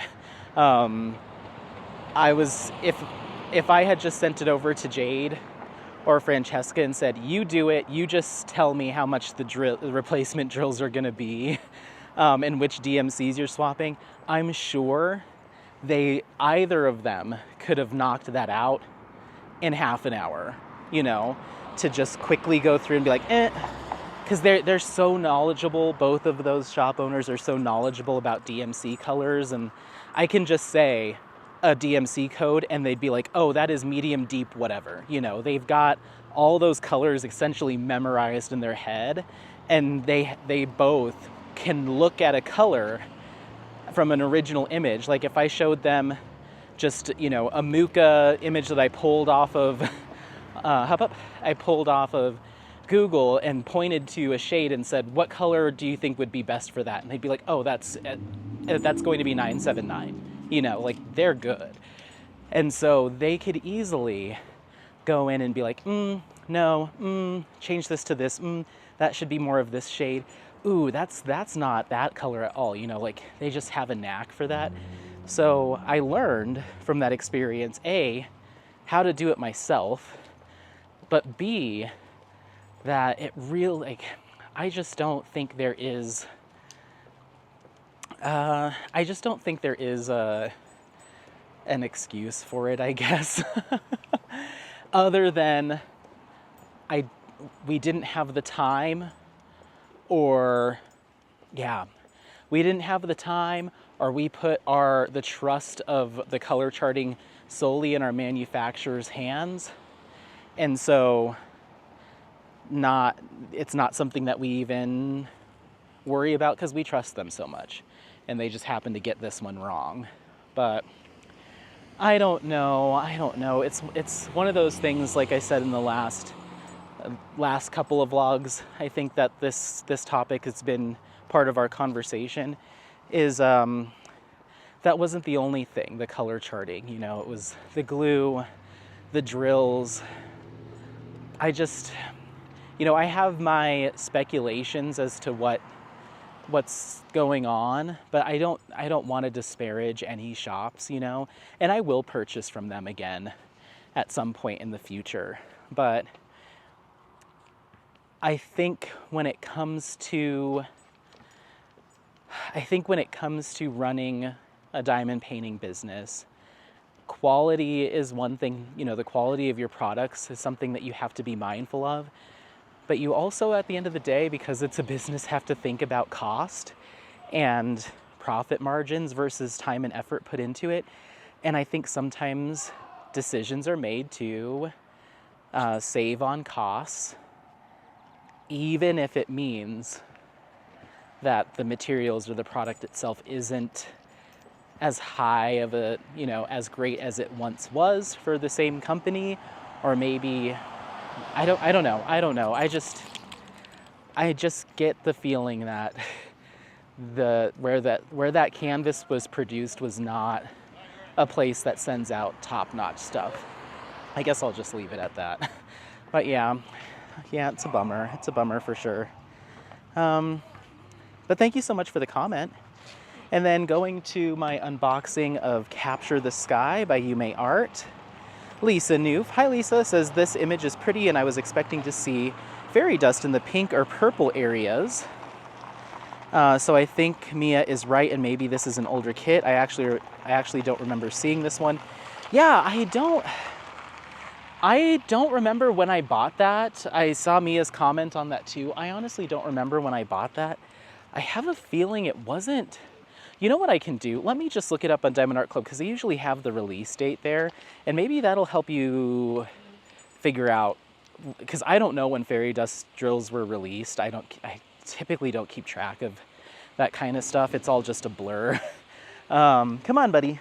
Let's move forward. Come on. Let me look it up.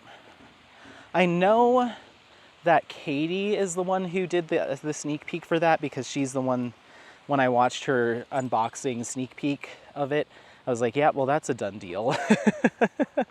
Let me go to Diamond Art Club's site.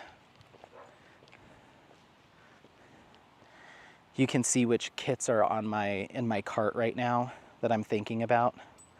I'm thinking about Legend of the Jaguar Shaman. I love the colors, and it's a round. And it's a big round, which you don't see too often is big old round kits. It's a 55.8 by an 83.8. So I think I'm going to be getting this. I might get it today because I have the mystery sale discount code. I might get it today. And then this is the other kit that I've been looking at. I just think it's really cute. It's called Ramen Broth Shop, I believe. Magic Broth Ramen Shop. I just think it's really cool. If I get the opportunity to diamond paint sriracha, I should probably take it, because I love, like, now that I'm looking at it, I might just place that order right now. Okay, let's quickly look at, hold on, Apollo. Easy. Move your foot. There we go.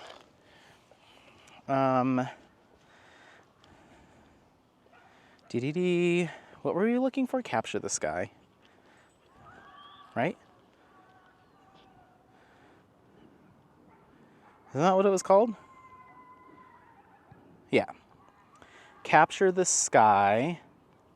Yeah, this has to be an older one. This was released. Da-da-da-da. Da-da-da-da. This was released. It doesn't even say. I thought they said on Diamond Art Club.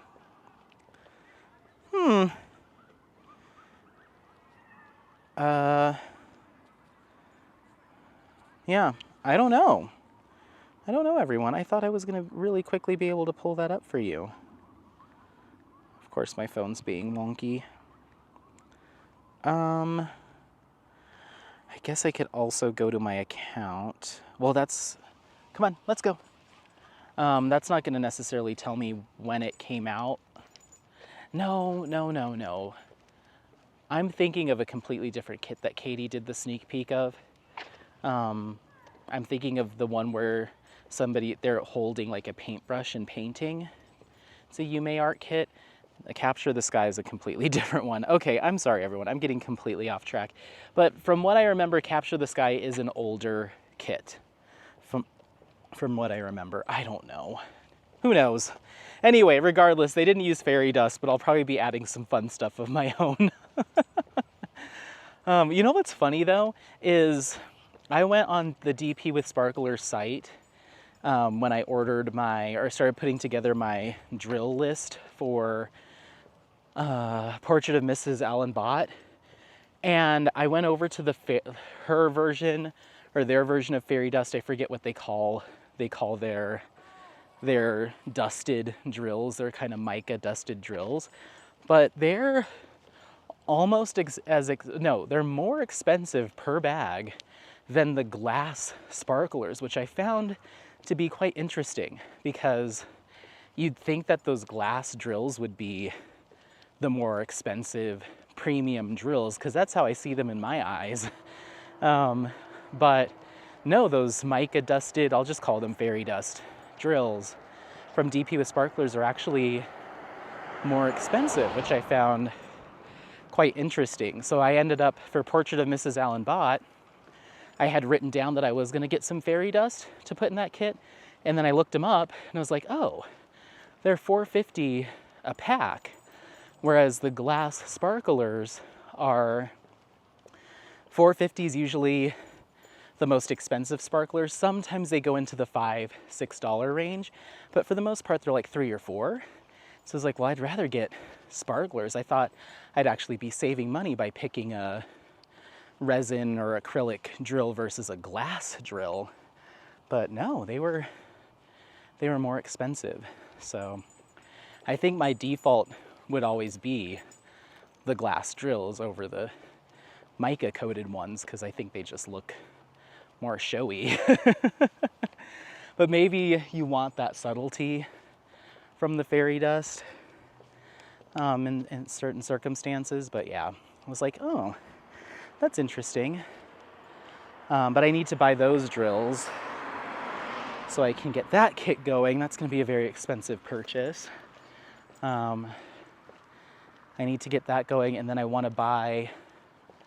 I need enhancement drills for a lot of kits, but I also want some for Scarlet Macaw, and then I want some for Rainbow Head. I have a lot of kits. Starry Night, which at the time of seeing this, that might not have been up yet, that unboxing. It's coming. I'm scheduled all the way out till like mid-August with my unboxings, so it's coming. Okay, let's go this way. What do you think, little boy? Should we go meander up here? I've never been in this neighborhood before.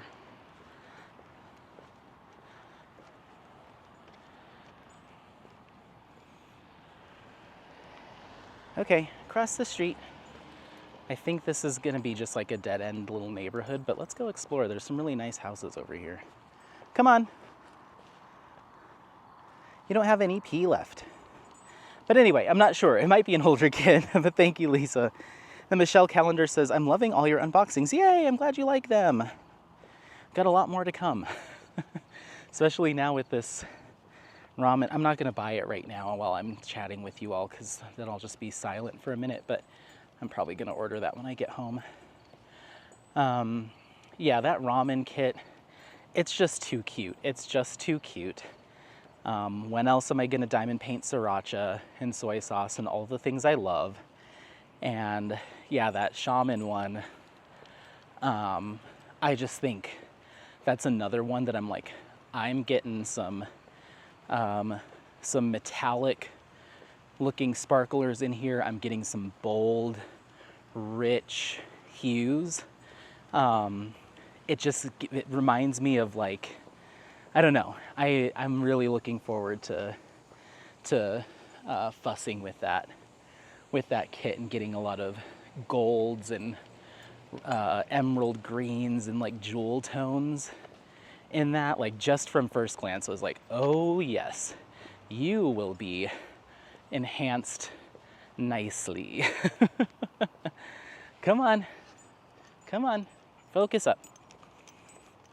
But anyway, so going back to my wrap up of Primrose from Distracted by Diamonds, Susan KG says, how frustrating. However, her arms are just too orange from my point of view as well. My very first kit ever from a premium company had terrible glue issues. I almost gave up on the craft entirely. Oh no, I'm sorry. Fortunately, I've discovered Dot Stick and it saved my canvas. It was a painful hurdle to overcome as a newbie, but I've had much better luck since. Of course, I never seem to have that popping sound either when I place drills. That is something I aspire to. The other Primrose canvas is so much prettier. The unfinished one needs to retire. Yes, I agree. And I think in that video, my example, my comparison was, I didn't want to say it in the video because I didn't want to be like this company versus this other company. I just said another shop.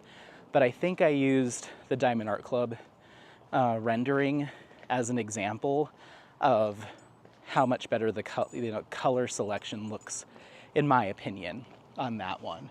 So yeah, if it comes back in stock from Diamond Art Club, which I should probably check right now, I'll be ordering it. Otherwise, by the time I get around to wanting to do that kit again, like let's say I've got a hankering for a new Muka, then I may just ask Jade to do it, because then I could get it in round again, which would be nice. So yeah. Lisa Kemp says, I bought this one a few months ago. I'm so worried mine will be the same. Thank you so much. Did you contact them? No, I didn't. And I've mentioned it in a couple of previous videos that I tend not to reach out to shops. It's just my personal way of doing things is I tend to just kind of either make the adjustments I need to make and keep moving, or just be done with it. And I've said this several times before, because I've had direct contact with several shops in the past, and it makes me feel uncomfortable, and I don't want to feel like I'm getting any sort of resolution that you might not get, because I've had experiences and worked with some of these shops in the past. So I tend to just let it go or fix it on my own. I think there's only been one time, which was DIY Moon Shop. Actually, no. When I first started, I reached out to Uniquely Yours Down Under, but I reached out to them, and then I reached out to DIY Moon Shop last year. That's the only 2 times I've done that. So yeah, I haven't, and yeah, I hope that yours is fine. And if you're seeing things that you're not happy with, I encourage everyone else to do as I say, not as I do, and contact the shop and see what can be done. It's just not something I typically do. So yeah, thank you for the comment. Going to my vlog, episode 120. I think this is Avery. I think that's what I've said last time. Correct me if I'm wrong. Says, Anthony, you are an amazing person, an amazing content creator. Oh, thank you. You do you. You don't need any bad comments. Also glad you reconnected with your friend. That makes me happy for you. Also, your brother is a cool DJ. If I lived in the area, I would definitely come see his shows. Stay happy. Big hugs to you and Apollo. Thank you so much for the kind words. I appreciate it. Ooh. Oh, I think that's because I was like, something smells like burning something, and I was like, oh my gosh, is the wind moving the smoke from the fires that far? And no, someone's grilling in their backyard. I was like, oh my goodness. But yeah, these are very beautiful houses. I've never been up here before. I'd love to live over here. Lots of tans though. Lots of shades of beige and tan. I need a little, if I was to have a nice house and I got to pick everything, I would probably have a white house with like pops of color as my accents. Like I'd love the, underneath the, what is it? The awnings? I don't know. You know, where the roof sticks out and then they put stuff underneath where the roof sticks out. What is that called? I don't know. I've installed it and I've painted it, but I don't know what it's called. But I would do like accent colors. Like I'd love to do like a robin's egg blue or like a Tiffany blue underneath with a white house, and like do the shutters in like pinks, pinks or greens, and even different shutters on different windows having like a different bright color. And then I'd love the door to be like a really fun, whoops, dropped my sunglasses, a really fun color. I'm not super into, I mean, you can see by the shirt I'm wearing right now. I'll show you. I'm not super into, I wear a lot of neutrals like for work and stuff, but when left to my own devices, like I want something more poppy than the shades of beige. But these houses are beautiful. Very nice to keep an eye out for when I win the lotto. Anyway, thank you, Avery, for the comment. Then, Lady of the Ocean, my unboxing of Lady of the Ocean from Jada Gem Shop into Toshiya-san.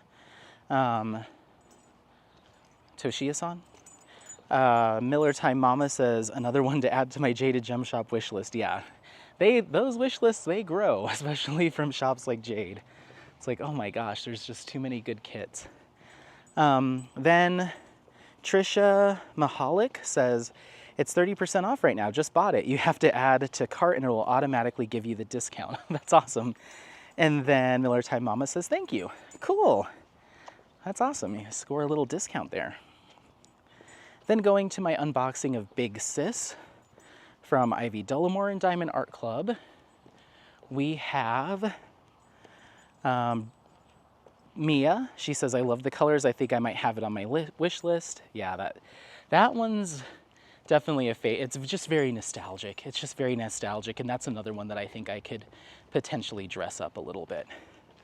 And then Michelle Callender says, such a cute throwback to the 70s picture. Looks like it will have a lot of detail. Yeah, it has kind of bits of 70s kind of mixed in, but for me, like seeing the Surge soda can and the DVDs and the PlayStation controller, like that is such late 90s, early 2000s. Like that is definitely like in my head, that all of the things in there were very much of my era. Like I drank Surge, I played PlayStation, I had the posters on my wall, I had, you know, all of that stuff. Of course I was a boy, but you know, I mean, not that any of that stuff is gender specific, but I just resonate with that image because it's just so many of the things that I had in my late middle school, early high school years was like a lot of the stuff that was depicted in that room. I had a lot of those things. It reminds me a lot of my cousins at that time. My cousin Samantha, she's a year older than me, and so she was kind of in like a sophomore in high school in 1999, 2000. And so that was, all of that stuff was very much her vibe. She was not as pink and girly and like that. Didn't have a lot of the pink stuff, I guess I'll say, but definitely boy band, you know, she was just really cool. all my female cousins were just really cool. So it reminds me a lot of them. But yeah, a lot of that stuff like the soda and all of that is very 99, 98, 99, 2000 for sure. But I could see where you get 70s vibes too, just from like the colors and stuff. So yeah. Brandy True says, this is on my wish list. Hopefully I'll get it soon. I wasn't really into video games, but I loved Surge. They need to bring it back since I don't drink Coke anymore. No, I think we're fine. I remember Surge being so syrupy. Like, it was intense. It was like Mountain Dew extreme, from what I remember. Because I believe it was kind of a citrusy vibe, but I remember it being very sweet, very sugary. Maybe I'm misremembering, but I remember it being a lot to handle. I could never, in my old age, I could never drink that. If they came out with like a Surge Zero or a Diet Surge, then yeah, I would go for it. But I just couldn't imagine. I couldn't imagine. I had what did I have the other day? I forget where I ordered food from for lunch, but they brought me a regular Coke instead of a Diet Coke. And I had to put it in the fridge and then later that day go get Diet Coke, because I should have just thrown it away, but for whatever reason I was like, I spent $3 on this, I'm not wasting it. And you know, so I was being fussy. And I always get my sodas without ice. I'll put my own ice in. I'm not paying you for ice, I'm paying you for soda. So I always order no ice, and then I put my own ice in so I get more soda out of the deal. And then, so I put it in the fridge, my Diet Coke, or my regular Coke. Then I went to the store and got Diet Coke, brought the Diet Coke home, and then I was mixing the two, like cutting the sugar down a little bit with the diet and kind of doing like a half and half. And I did that for like 2 days until I was done with the regular Coke, because I was just like, hey, I ordered diet and I'm not gonna waste this. So I ended up drinking it, but I had to like water it down a little bit. We're just coming in this little housing condo area because it has very Southwest vibes. We're up by the golf course, and I'm always fascinated when I walk by it. And so I want to see if these are like rentals or purchases, but as you can see, very Southwest. See the colors around, bordering around the garage doors here? That's what I'm talking about when I say I want like pops of color on like shutters and stuff. I'd love to have like my windows bordered in like turquoise and blues and stuff.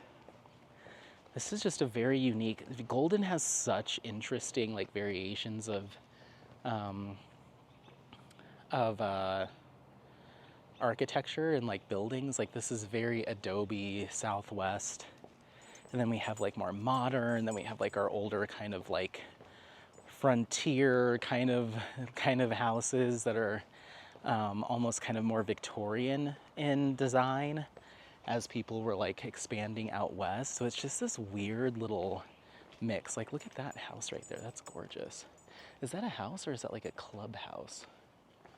Let's walk over here. I'm very intrigued by this whole setup.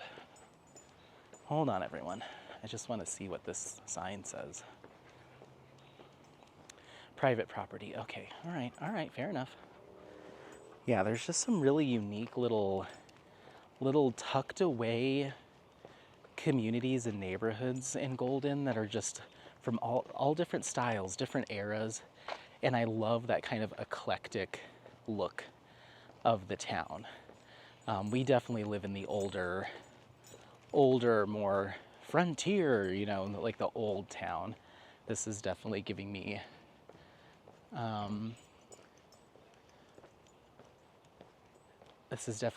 like, oh, in the 80s, they thought it'd be really fun to get super Southwest with things around here.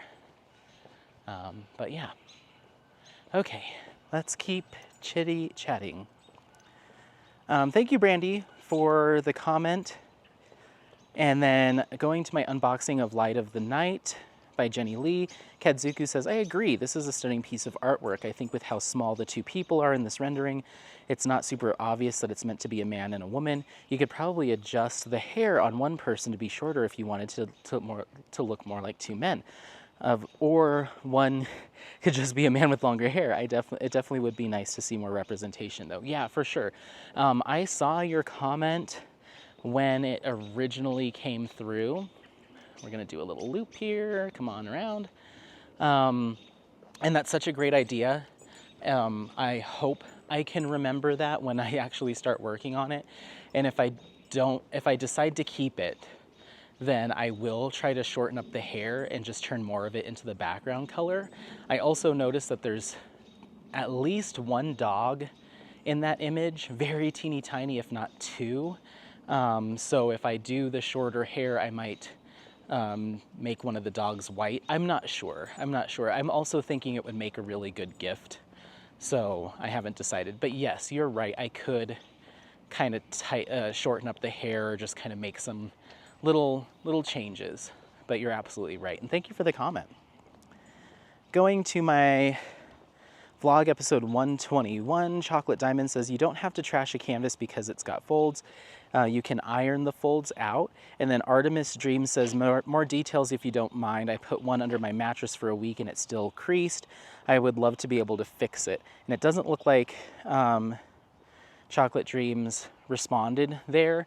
But yeah, I saw that comment as well. And yes, I have actually seen, when I very first started diamond painting, I did see some folks showing in videos, I forget who it was or when it was showing them ironing a canvas. So they set their iron to like a low setting and sometimes even put like a t-shirt or something between the iron itself. and the ironing board and set it to like a super low setting and just tried to iron out the creases. Couple things that I have concerns about with that method is different irons may have different iron heat settings, and I don't know of one particular heat setting that would be ideal for trying to iron out creases. I also believe that the actual canvas material itself would probably need to be taken into consideration if you're going to try to iron it, because if it's made of some kind of polyester, that might be a different setting.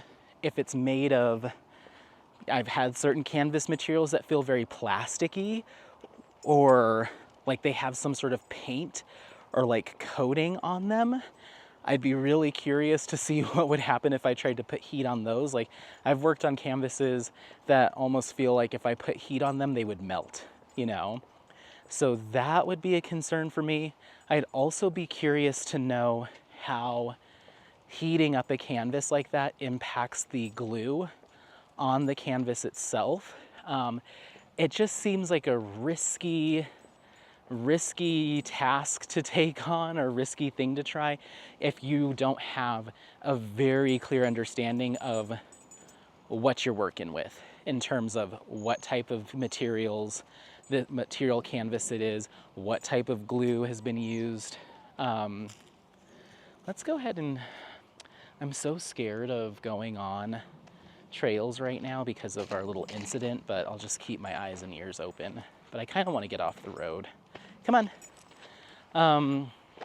Yeah, so I personally would not do that because I just wouldn't know.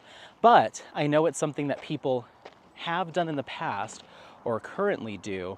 I'm just not confident. And in addition to that, aside from just the act of doing it, the creases that were in that Peaceful Sunday Cottage British canvas were not like just a gentle fold. These were like, take a piece of paper, fold it in half, run your fingernail down it to really set that crease. That's what we're kind of talking about.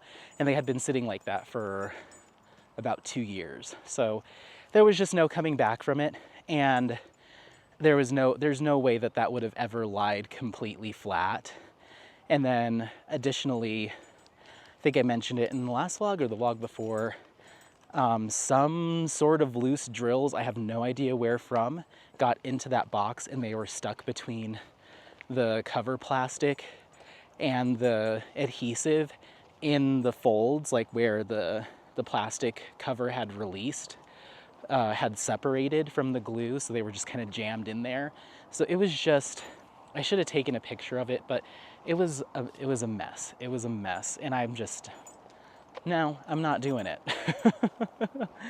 Again, there's certain tipping points for me where I'm just like, no, this might be, yes, it is wasteful, quote unquote, but it's also a waste of my time if I'm not going to be happy with it. So yeah, it's a bummer. It's a bummer. I don't take joy in throwing canvases away or like, yay, let's throw money in the trash. That canvas was sent to me for an unboxing, so I didn't pay for it, but still, I would have loved to have done it. It's just not something I was willing to work on, and that's just kind of the bottom line. So yeah, if you are interested in learning more about ironing diamond paintings, I think there's a couple of content creators that have put some videos out, but I remember them being pretty old videos, like they're not recent.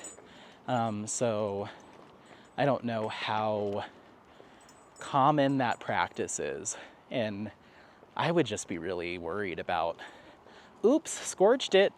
Okay. Oh, that's definitely not any sort of natural cotton or even a polyester. That was some sort of painted painted waxy something, and now the canvas is melted to my iron. I just could see that going really wrong really fast. So anyway, but thank you for the comment. Then going back to my wrap up of Primrose, Junie Birch says, I had the same issues you did when I worked on this exact canvas last year.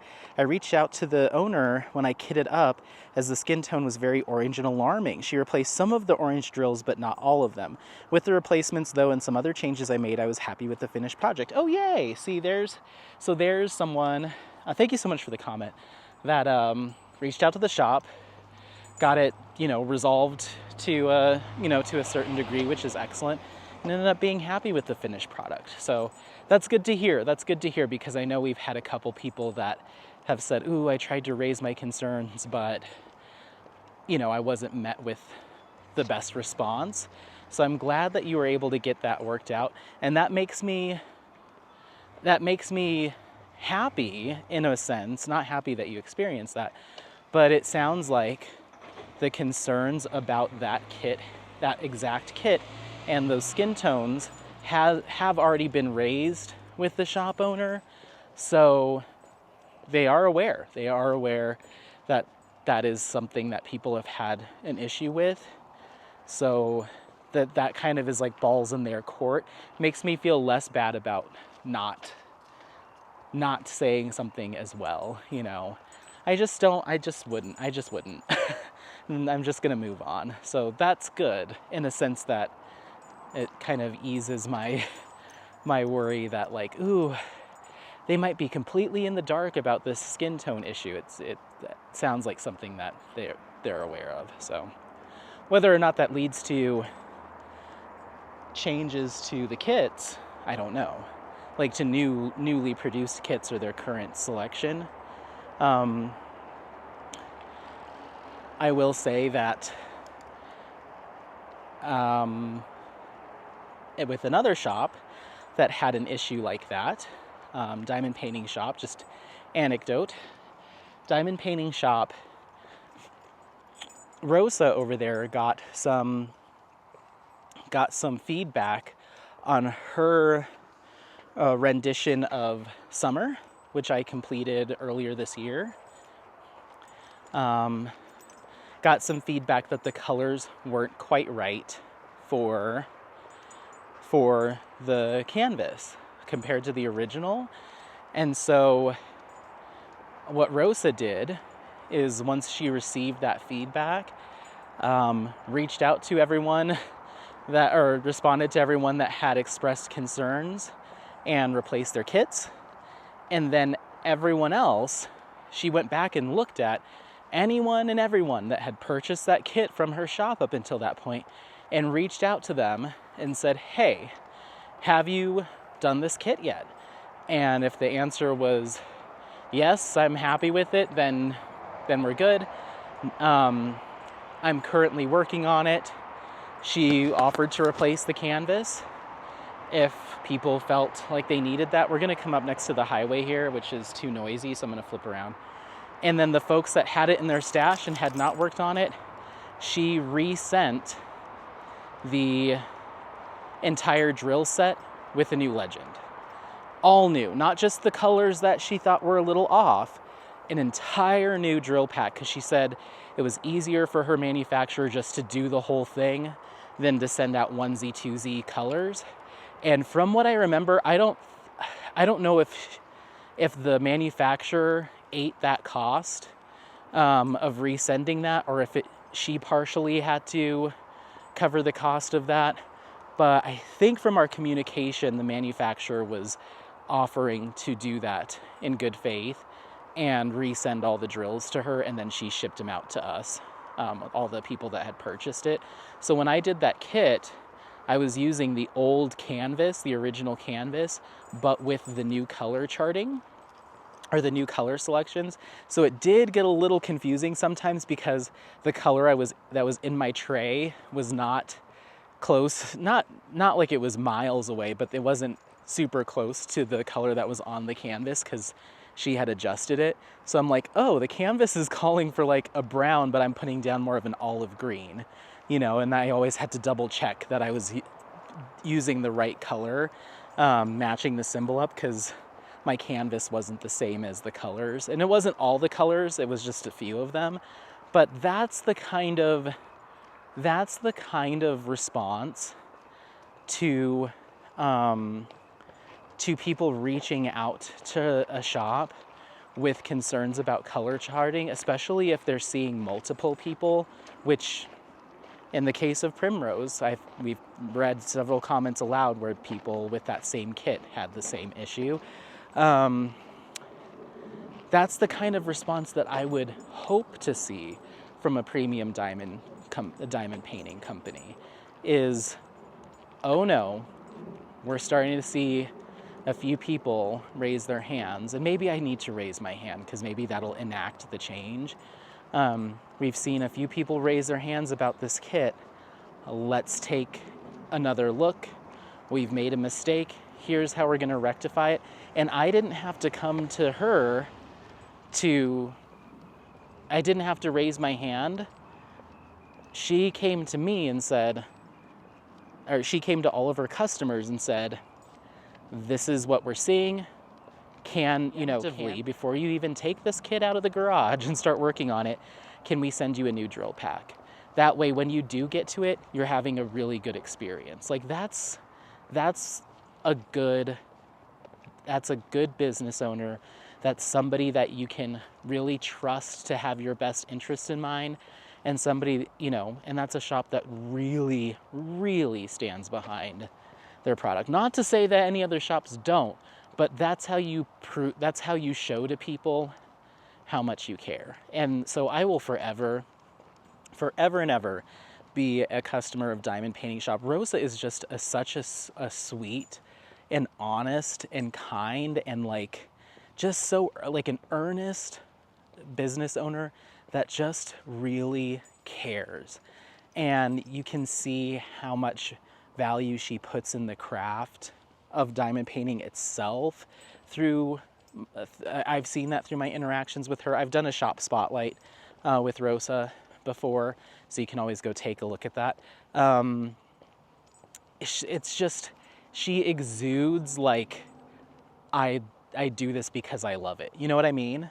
Yeah, it's just fantastic. I'll always shop from Diamond Painting Shop. In fact, I need to get my other 2 seasons. Maybe I should do that sooner than later. I'm one of those people that if I haven't bought from a shop in a little bit, I start to feel guilty because I'm like, I haven't given you money in a minute. It's not even necessarily the product. It's like, I feel like I need to show love. I need to show that it's still there's still somebody that's on my mind, and I want to continue to support them just from I love what you do standpoint. I'm like, I wish there was just an option to be like, I don't want to buy a full kit, but can I just send you $20 just as a, hey, thinking about you,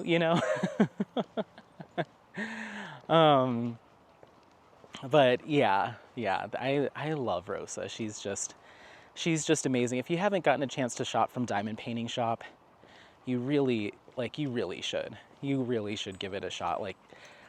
That's certainly one shop that I can 100% stand behind.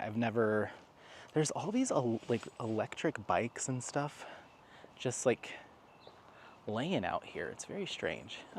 Yeah, that's one shop that I don't think I've ever had an issue with anything at all ever. I mean, there's a few, but that is one shop that I've consistently had amazing experiences with.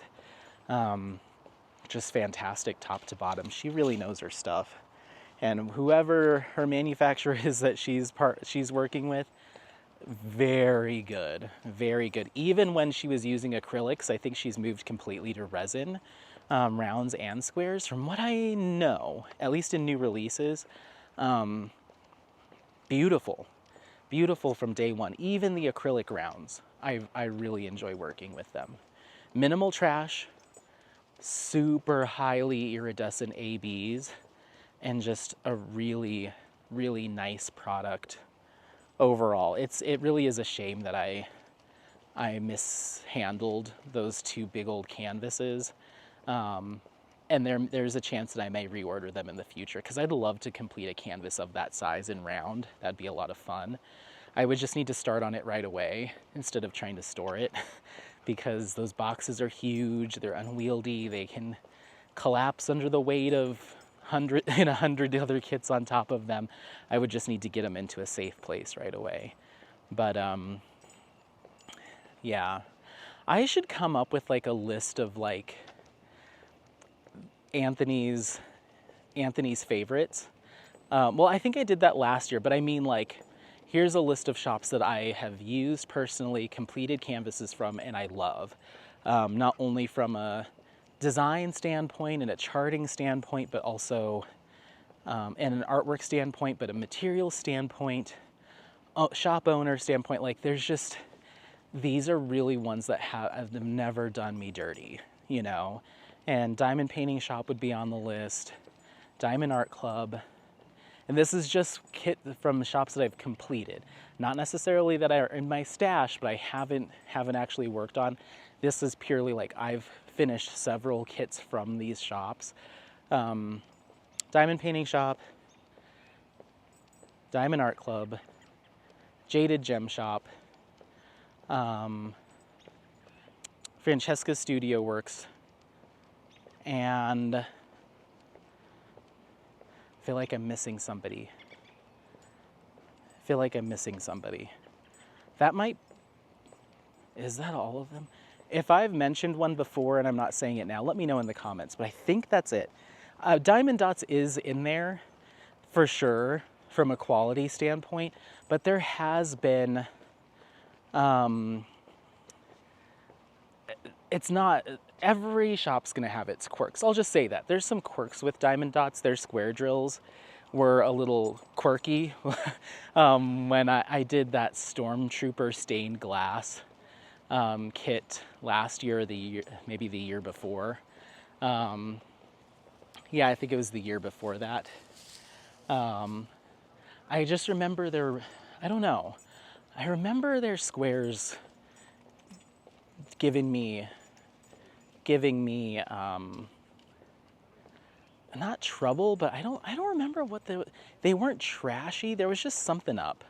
I remember there was just something up that I was like, huh, this is weird. I finished it, and I did another one that was called like I think it was another Lotus kit that I did in squares. I was just kind of like, okay, is this guy training his dog, or his dog's just not listening?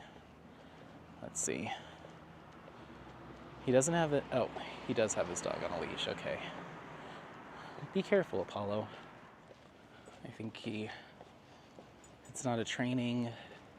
He's not actively training it. I think he just has an unruly dog that hasn't been trained.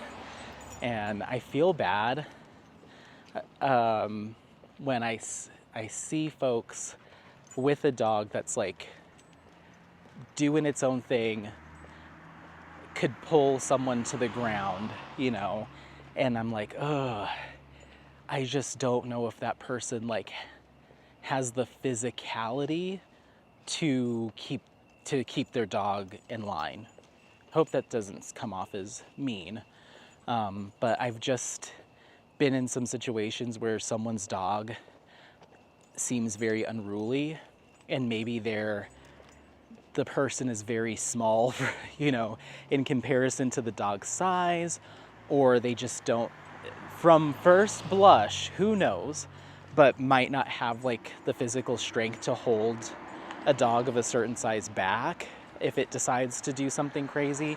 So I make sure to like steer clear, to not even like distract the dog, so they're not in a position where they might pull their owner or yank too hard, because I'm like, oh, this person could get hurt, you know, if the dog really like jerks or decides it's just gonna go for it, you know. And that was one of those situations where I'm like, sir, I'm just gonna quickly move past you, you know. But yeah, anyway, going back to, yeah, maybe I will come up with a list of like shops that to me are tried and true, and I know I can rely on any old time. I do need to work on a square drill from Francesca Studio Works, which I do have one in my stash, to be fully confident. But I did work with her square drills way back. Not way back. Maybe it was last year, the year before. It must have just been last year. But when she first launched, she sent me drills for a cross-stitch conversion that I was working on. I was working on the Darth Vader cross-stitch conversion from Mandy Manzano, and I completely forgot about this kit. And Creatively Stitching, I think, is who did the charting, and it's so freeing because I would, I do try to be very like gentle with my criticisms, come at it from a very, light suggestions. Here's what I saw. Look at this there's a little corn maze that they did for the kiddos here. So you go in, it's just a wheat maze, but look, you take a look, it's literally a maze, a little garden maze, but that looks like Snake City, not going in there. I do try to, when I do my official, like if I'm going to criticize or have something critical to say about a shop or a product, if I'm going to set aside a whole specific video to talk about it, I am going to come at it very diplomatically and just offer suggestions. I'm not going to come in there and be like, well, this canvas sucked, even though that might be how I feel. I want to communicate those frustrations in a way that is constructive. So if a shop does see it, or somebody, powers that be, do see it, it doesn't come off as me just being snarky or just being mad, because I hope that resonates a little bit better. But once again, when it comes to these freewheeling vlogs, I'm just gonna tell you like it is, and you'll get a little bit more of that raw emotion behind those types of things. But I really did not like the charting of that princess panel, which was just a Darth Vader, but you know what I mean. It was one of those Mandy Manzano panels. I really did not like the charting of that. Just the way they put together their that cross stitch conversion, it was rough. It did not look that great. Just straight up, did not look that great. There was a lot of colors that they had in there that were like 5 drills of this blue in the entire kit, and then 5 drills of this other blue that looks pretty much exactly the same.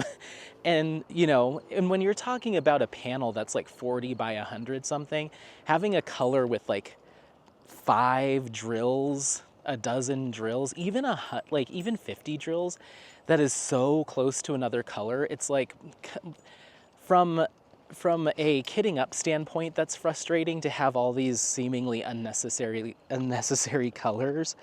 But from a company standpoint, from like the shops that we're buying these drills from, to ask a shop to put together the drills for a cross stitch conversion, and they've got to go pull their container of one sky blue down and try to count out 7 drills for you, and then another one that's a slightly different shade of sky blue and pull like 8 drills down.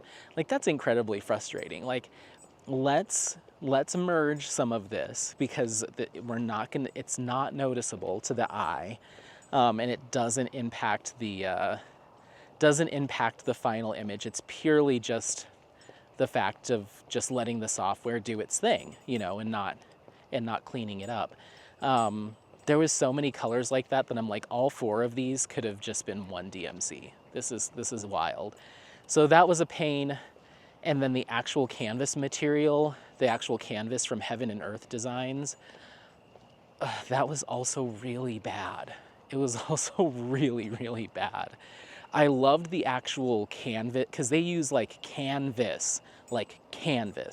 So that feels very luxurious. But the glue the adhesive that they put on those canvases feels so much more like like a mount. It's like a mounted glue. There was a little baby snake. Come here. I don't even know if that one's alive. That was a tiny baby. It looked kind of dried out. It was really hot today. The glue, there was another term for this. I don't think it was called mounted glue. My memory's so bad, but back in the day, a couple years ago, there was two main styles of adhesive that they'd put down on a canvas. You had poured glue and you had fill in the blank. What was the name of that? That's the question of the day. What was the name of that adhesive called? Poured glue or blank? I don't even remember what it was called. I remember one company, I think it might have been, oh geez, I'm gonna forget the name of this shop too, and it's another shop that I ended up de-stashing the kit because I wasn't happy with. They were called, my memory's so bad. But anyway, there was a shop that used mounted glue, I think is what it was called. Question number 2, what was the name of the shop that used mounted glue for a while? And they carried John... Okay, I'm gonna stop because I can't remember any of this stuff that's coming to mind. I did an unboxing of a kit from insert name of shop here, and it was a nude woman kind of in blacklight. He does a lot of blacklight art. I want to say his name was like John Pemblebottom, John Pimple Butt. What was his name? John Poomble Booty. It was something like that. Anyway, so mounted glue and this other style of glue, once the drill is down, once you've placed the drill, it is not moving. You can't slide it or make finite adjustments. It is frozen in the spot that you've placed it. And I hate that because I am a drill slider, especially on cross-stitch conversions. Like sometimes I'll place a drill and be like, oop, that was supposed to go up 1. Oop, that was supposed to go over 4. And I just kind of slide that drill across the adhesive until it's in the right spot. And when I make more finite adjustments on my regular canvases, I do that a lot too. I'm kind of pushing them together. But there was this old glue style that once it was down, the only way to do it was to get your tweezers, pry it off, and try again. And I do not like that. Really slows me down. It led to a lot more gapping for me on my kits, and I couldn't stand it. And even though Heaven and Earth Designs uses a poured glue, their poured glue feels like that fixed glue or that mounted glue, whatever it was called. Like I put a drill down and I'd be like, oh no. And I'd go to slide it, and rather than sliding, the adhesive would just tear off of the canvas and be stuck to the drill. So then I'd have a bald spot on my canvas, and I initially was going through, and because I would not realize what I had done, I would place another drill there and it would look like fine. And then I'd go to hang up the kit at the end of the night, and then I'd come back to go work on it like a day or two later, and there'd be like 5 or 6 drills on the ground, and they had fallen off the canvas. And I'm like, what the heck? They weren't popping. It's just because there was now a bald spot on the canvas where there just was no glue. And so I was going through and literally gluing them back down onto the canvas one by one.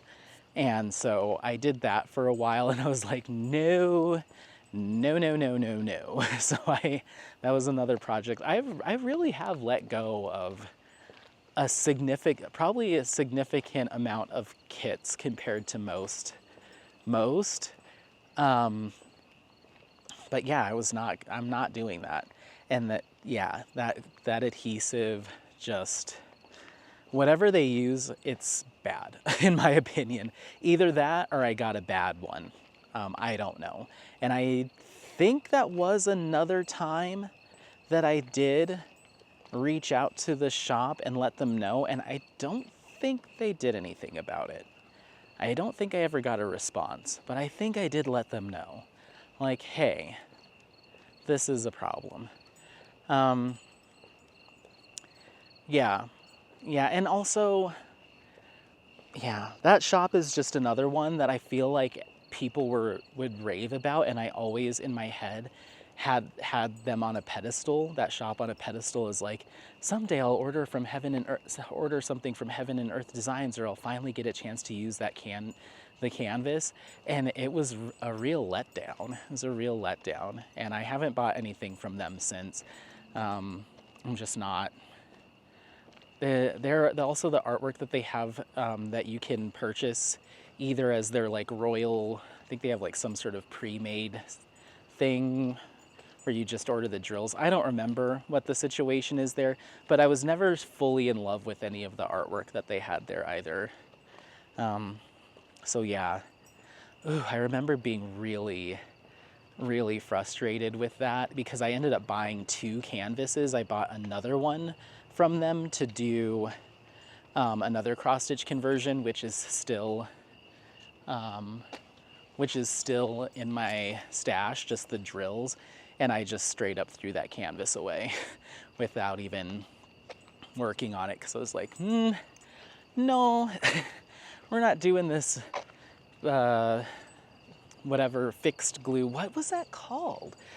It was so common just like 2 or 3 years ago for companies to use whatever this was, and then slowly over the past few years everyone's pretty much transitioned to poured glue.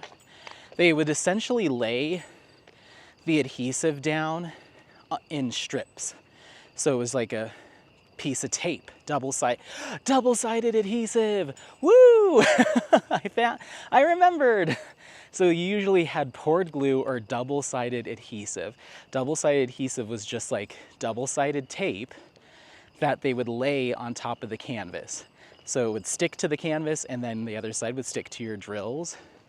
And like I said, once it was down, your drill was down, she down. You're not moving. Whereas poured glue is exactly what it sounds like. It's a liquid that's laid over the canvas and then it cures. This house is for sale. I wonder how much this bad boy's going for. Double-sided adhesive, yeah, my word. I haven't seen a shop use that in a minute. Oh, that was bad. That was rough stuff. One of my other, I should do a recap of all the kits that I have bailed on. There's a lot. There's actually a significant amount. Like now that I really go back and think about it, the first 2 canvases I got rid of were from Paint with Diamonds, and they were both like giant 120 by like 130 customs that I had ordered. I paid about, I think, $120 for each of them, and they were double-sided adhesive.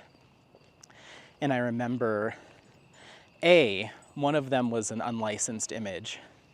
It's kind of before I understood the concept fully, and one was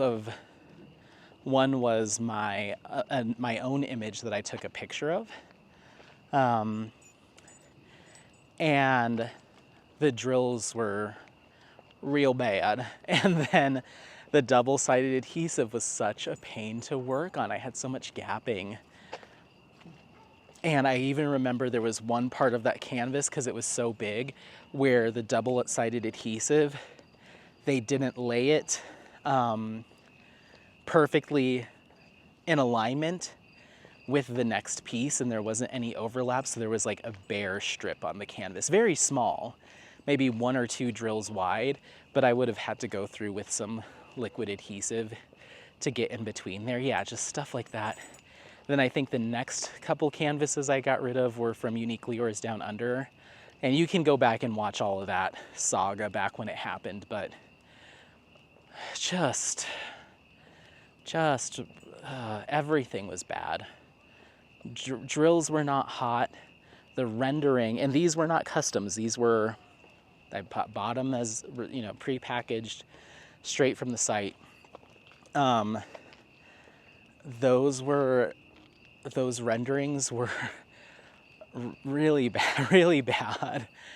And I had selected, I'm sure you've heard me talk about this so many times over the past couple years, but I had selected that they add ABs, and they essentially, this was an old Masters. Ooh, bats, there's lots of bats flying above our heads. Oh my God. Oh my gosh, there's so many bats. Oh, okay, keep moving. Oh my God. Why are they all right here? Ooh. You know what? Nature's going crazy. That was a lot of, oh my God. That was a lot of bats. Oy. They're cute, but I don't want them to bite me. Yeah, I selected add ABs to my kit. Won't that be fun for a little highlight? They basically churned half of this entire old Masters to all ABs. Like the entire background was ABs, white. The whole white background, all the snow. It was like more than half the image was snow, all ABs. I was like, are you kidding? Like, come on. It was just terrible. And then I also had gotten a Josephine wall from them. And on their website, they advertised that it was going to be like 100 plus colors. And I think the actual kit that I got had like 40 something colors. And it was like everything had been washed out to 310. All of the detail of all the different animals. It was like Spirit of Flight or something like that. I forget. But like all the feathers and all the details of the animals and stuff, it all had been rendered as like 310 and 939, just all black. You couldn't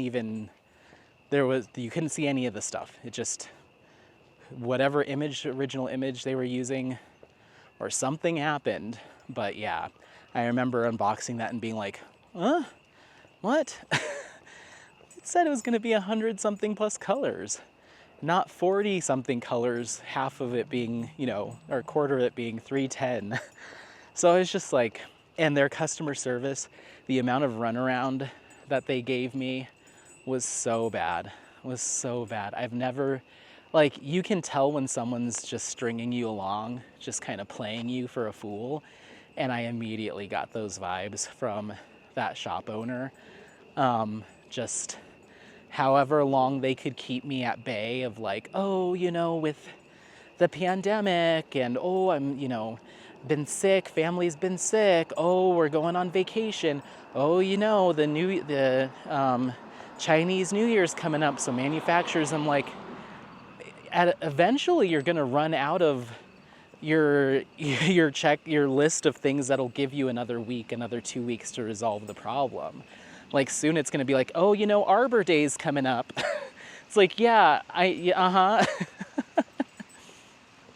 oh, gotta watch the Olympics, can't be helped doing customer service. So at a certain point I was just like, y'all are like, now you're just like, this feels like a prank, like what else can we say to him as a reason for not addressing any of the issues. And so I ended up buying a bunch of 5200, because this is early on in my diamond painting life. I didn't have a ton of spare drills. So I ended up buying a lot of 5200 drills from Diamond Drills USA. Not even enough to replace all the ABs, because that would have been very expensive, but just enough to blend with the ABs. So I was putting a little ABs in a container, and then the rest regular 5200 and shaking it up. So it'd be like, you have the little sparkles of snow AB in the background, but even that didn't look that hot. And like I said, the rendering itself was kind of poopy. So I gave up on that kit too. There's just been a lot now that I think about it. I think maybe I have always been fairly picky. It's just, I think when I do unboxings, or when I did unboxings, I'm always very amazed by the artwork, right? Like that's where your eye goes, is like just the overall artwork, just the initial impressions of it, and just being excited. And I don't think I used to be as meticulous about looking at the rendering as I am now doing unboxings. And even now is kind of a cursory look, you know? And a lot of times you truly can't tell until you start working on it. But so I think that's maybe one of the reasons why some of the kits that I'm no longer happy with kind of made it past my eye when I did an unboxing, because I was just so excited for the artwork or just having something new, you know. But then when I actually take a look at it from like a material standpoint and like a composition standpoint, I'm like, ooh, uh-oh, how did this get by me? You know? But I don't want to let things get by me, because I don't want to accidentally promote a kit that really isn't up to snuff, and then someone goes out and purchases it, you know, because that makes me feel like I'm pulling a fast one on people, and I'm giving a positive impression falsely to support a shop or, you know, something like that. That's just not the case. I'm gonna chalk it up to like being naive originally and not really taking as close of a look as maybe I should have, or I knew how to earlier on, even up to about a year or so ago. But when I had that issue with the DIY Moonshop kit, and I was like, no. I bought this image because of the vibrant colors and the graffiti artwork style and how awesome it all looked, and how different it was. And then you're gonna send me this neutral toned, like it was like someone just took a paintbrush with the color bland on it and just blanded the whole thing out. Just kind of like, ugh.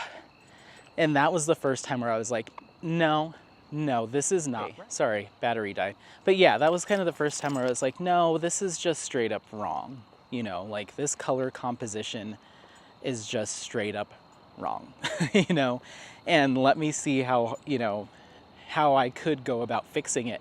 And I really think that credit goes to, you know, Francesca Studio Works and Jaded Gem Shop, you know, for helping me, or kind of providing suggestions and kind of guiding me through that process. But I feel like I did a fairly good job of like bringing that back to what it was supposed to be, you know, at least as much as I could do given, you know, what I had at my disposal in terms of like tools and all that stuff. So that was kind of my first real experience with that. And then I feel like ever since then I have been a little bit more particular. But by that point, a lot of the kits that I have in my stash that I'm seeing color issues with had already been done and purchased. You know, they were already in my stash. So now it's just kind of like going back and being like, oh, uh-oh, you know, oh no, that's not great. So it's just kind of like what's done is done. Donated a few. Unfortunately started some and had to throw them away. But I hope that my rate of having to donate, give away, throw away kits drops drastically now that I've done a little bit of a cleaning of the house, you know. So yeah, I don't even know where we ever started. Oh, that was Junie Birch's comment from like half an hour ago.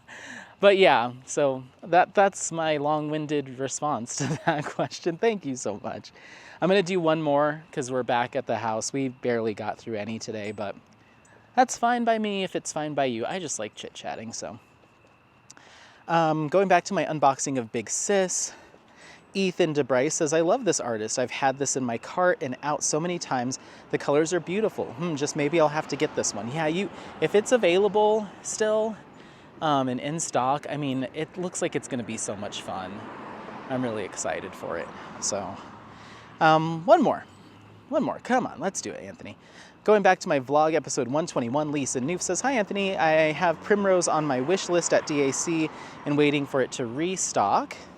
I don't like a lot of confetti, so I think they will have a better rendering than smaller shops for my taste. It's too bad you've had such a frustrating experience with your Primrose. Yeah.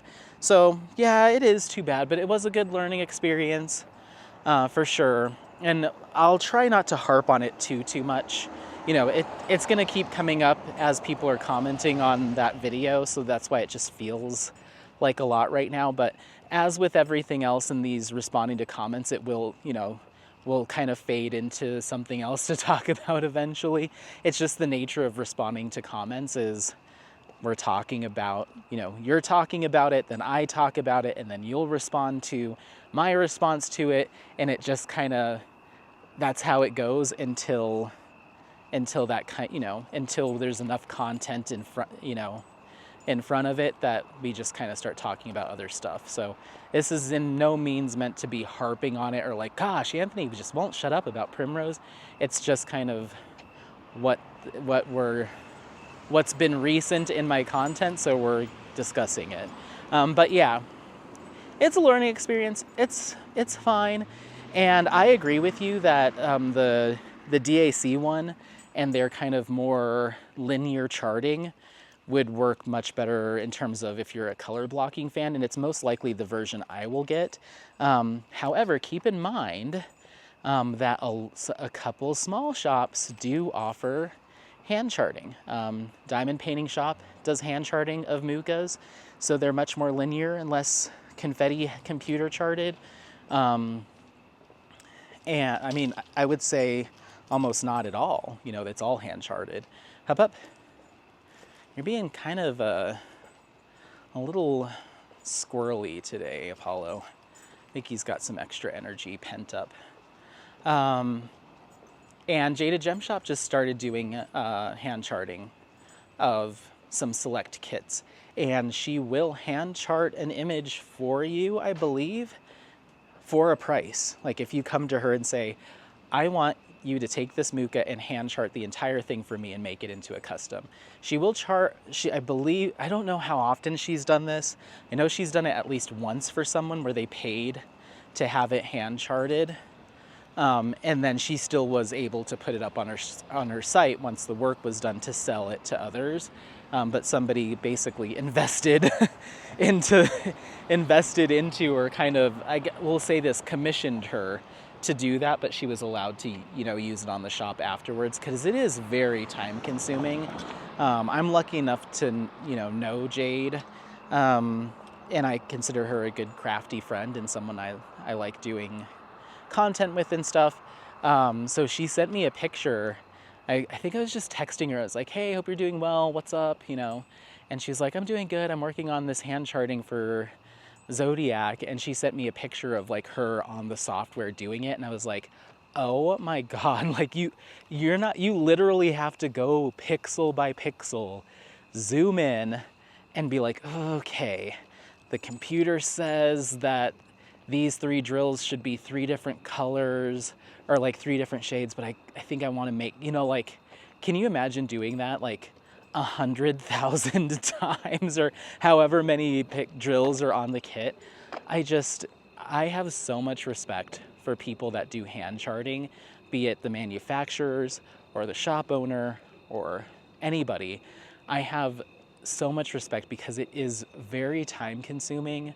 And you'll hear me gush over an upcoming unboxing that'll be coming up in August about how I feel about people that do hand charting. But I feel like it's like one of the most important things that shops do. The shops that choose to do hand charting, like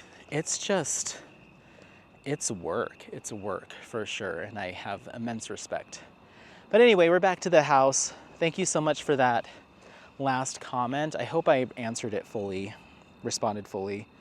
Yeah, thank you so much, Lisa. I appreciate it. And I'm gonna try to, now tomorrow's August. I think that might be all that I do for this month, so we'll be very, very, very far behind by the time I pick back up. But if you don't mind, I don't mind. It's just fun chit-chatting. And yeah, let me know how things are going for you currently. Otherwise, don't forget to like, subscribe, share this content with friends, family members, anyone that you think might take some value out of it. Happy placing. We'll see you next time. Bye. Bye. Bye. Bye. Bye. Come on, baby. Let's go. Let's go.